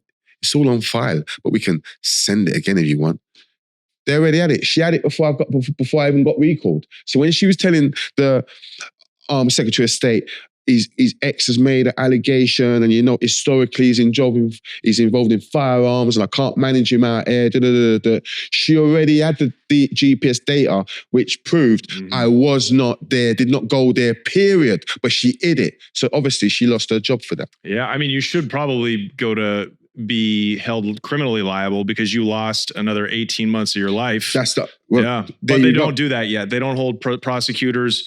Prosecutors do that. They withhold evidence that could exonerate criminals on trial, and they hold it back. And the worst that happens is they lose their job. But there you go. And it was just all it was all weird. She lost her job. Well, hopefully you the female who I don't wish nothing on her. R.I.P. She died, man. Wow. Okay, we got to switch to. We've been going. We got to switch over to the Patreon now. Go follow, please. Carlon Robinson. Did I get your whole name right? Campbell Robinson. Yes. Go follow him. Go check out his book. And we're going to talk a little bit more because we want to hear about prison. If you go over to patreon.com/theconnect show. Man, what an epic, dude. You are a special kind of guy, bro. We haven't got there yet, man. But we done all right, yeah? Yeah. We got the body of it. You got the body of it? We got the bullet points, dude. You got the bullet point? Yeah. Okay. All right, so we'll see you over there, and we're going to go to that fight on Saturday. It's about to be fire. That's going to be fire, man. Different level. Go pick that audio book up right now, both of them, and we'll see you over on Patreon. Take care, guys. Thanks, brother. Peace.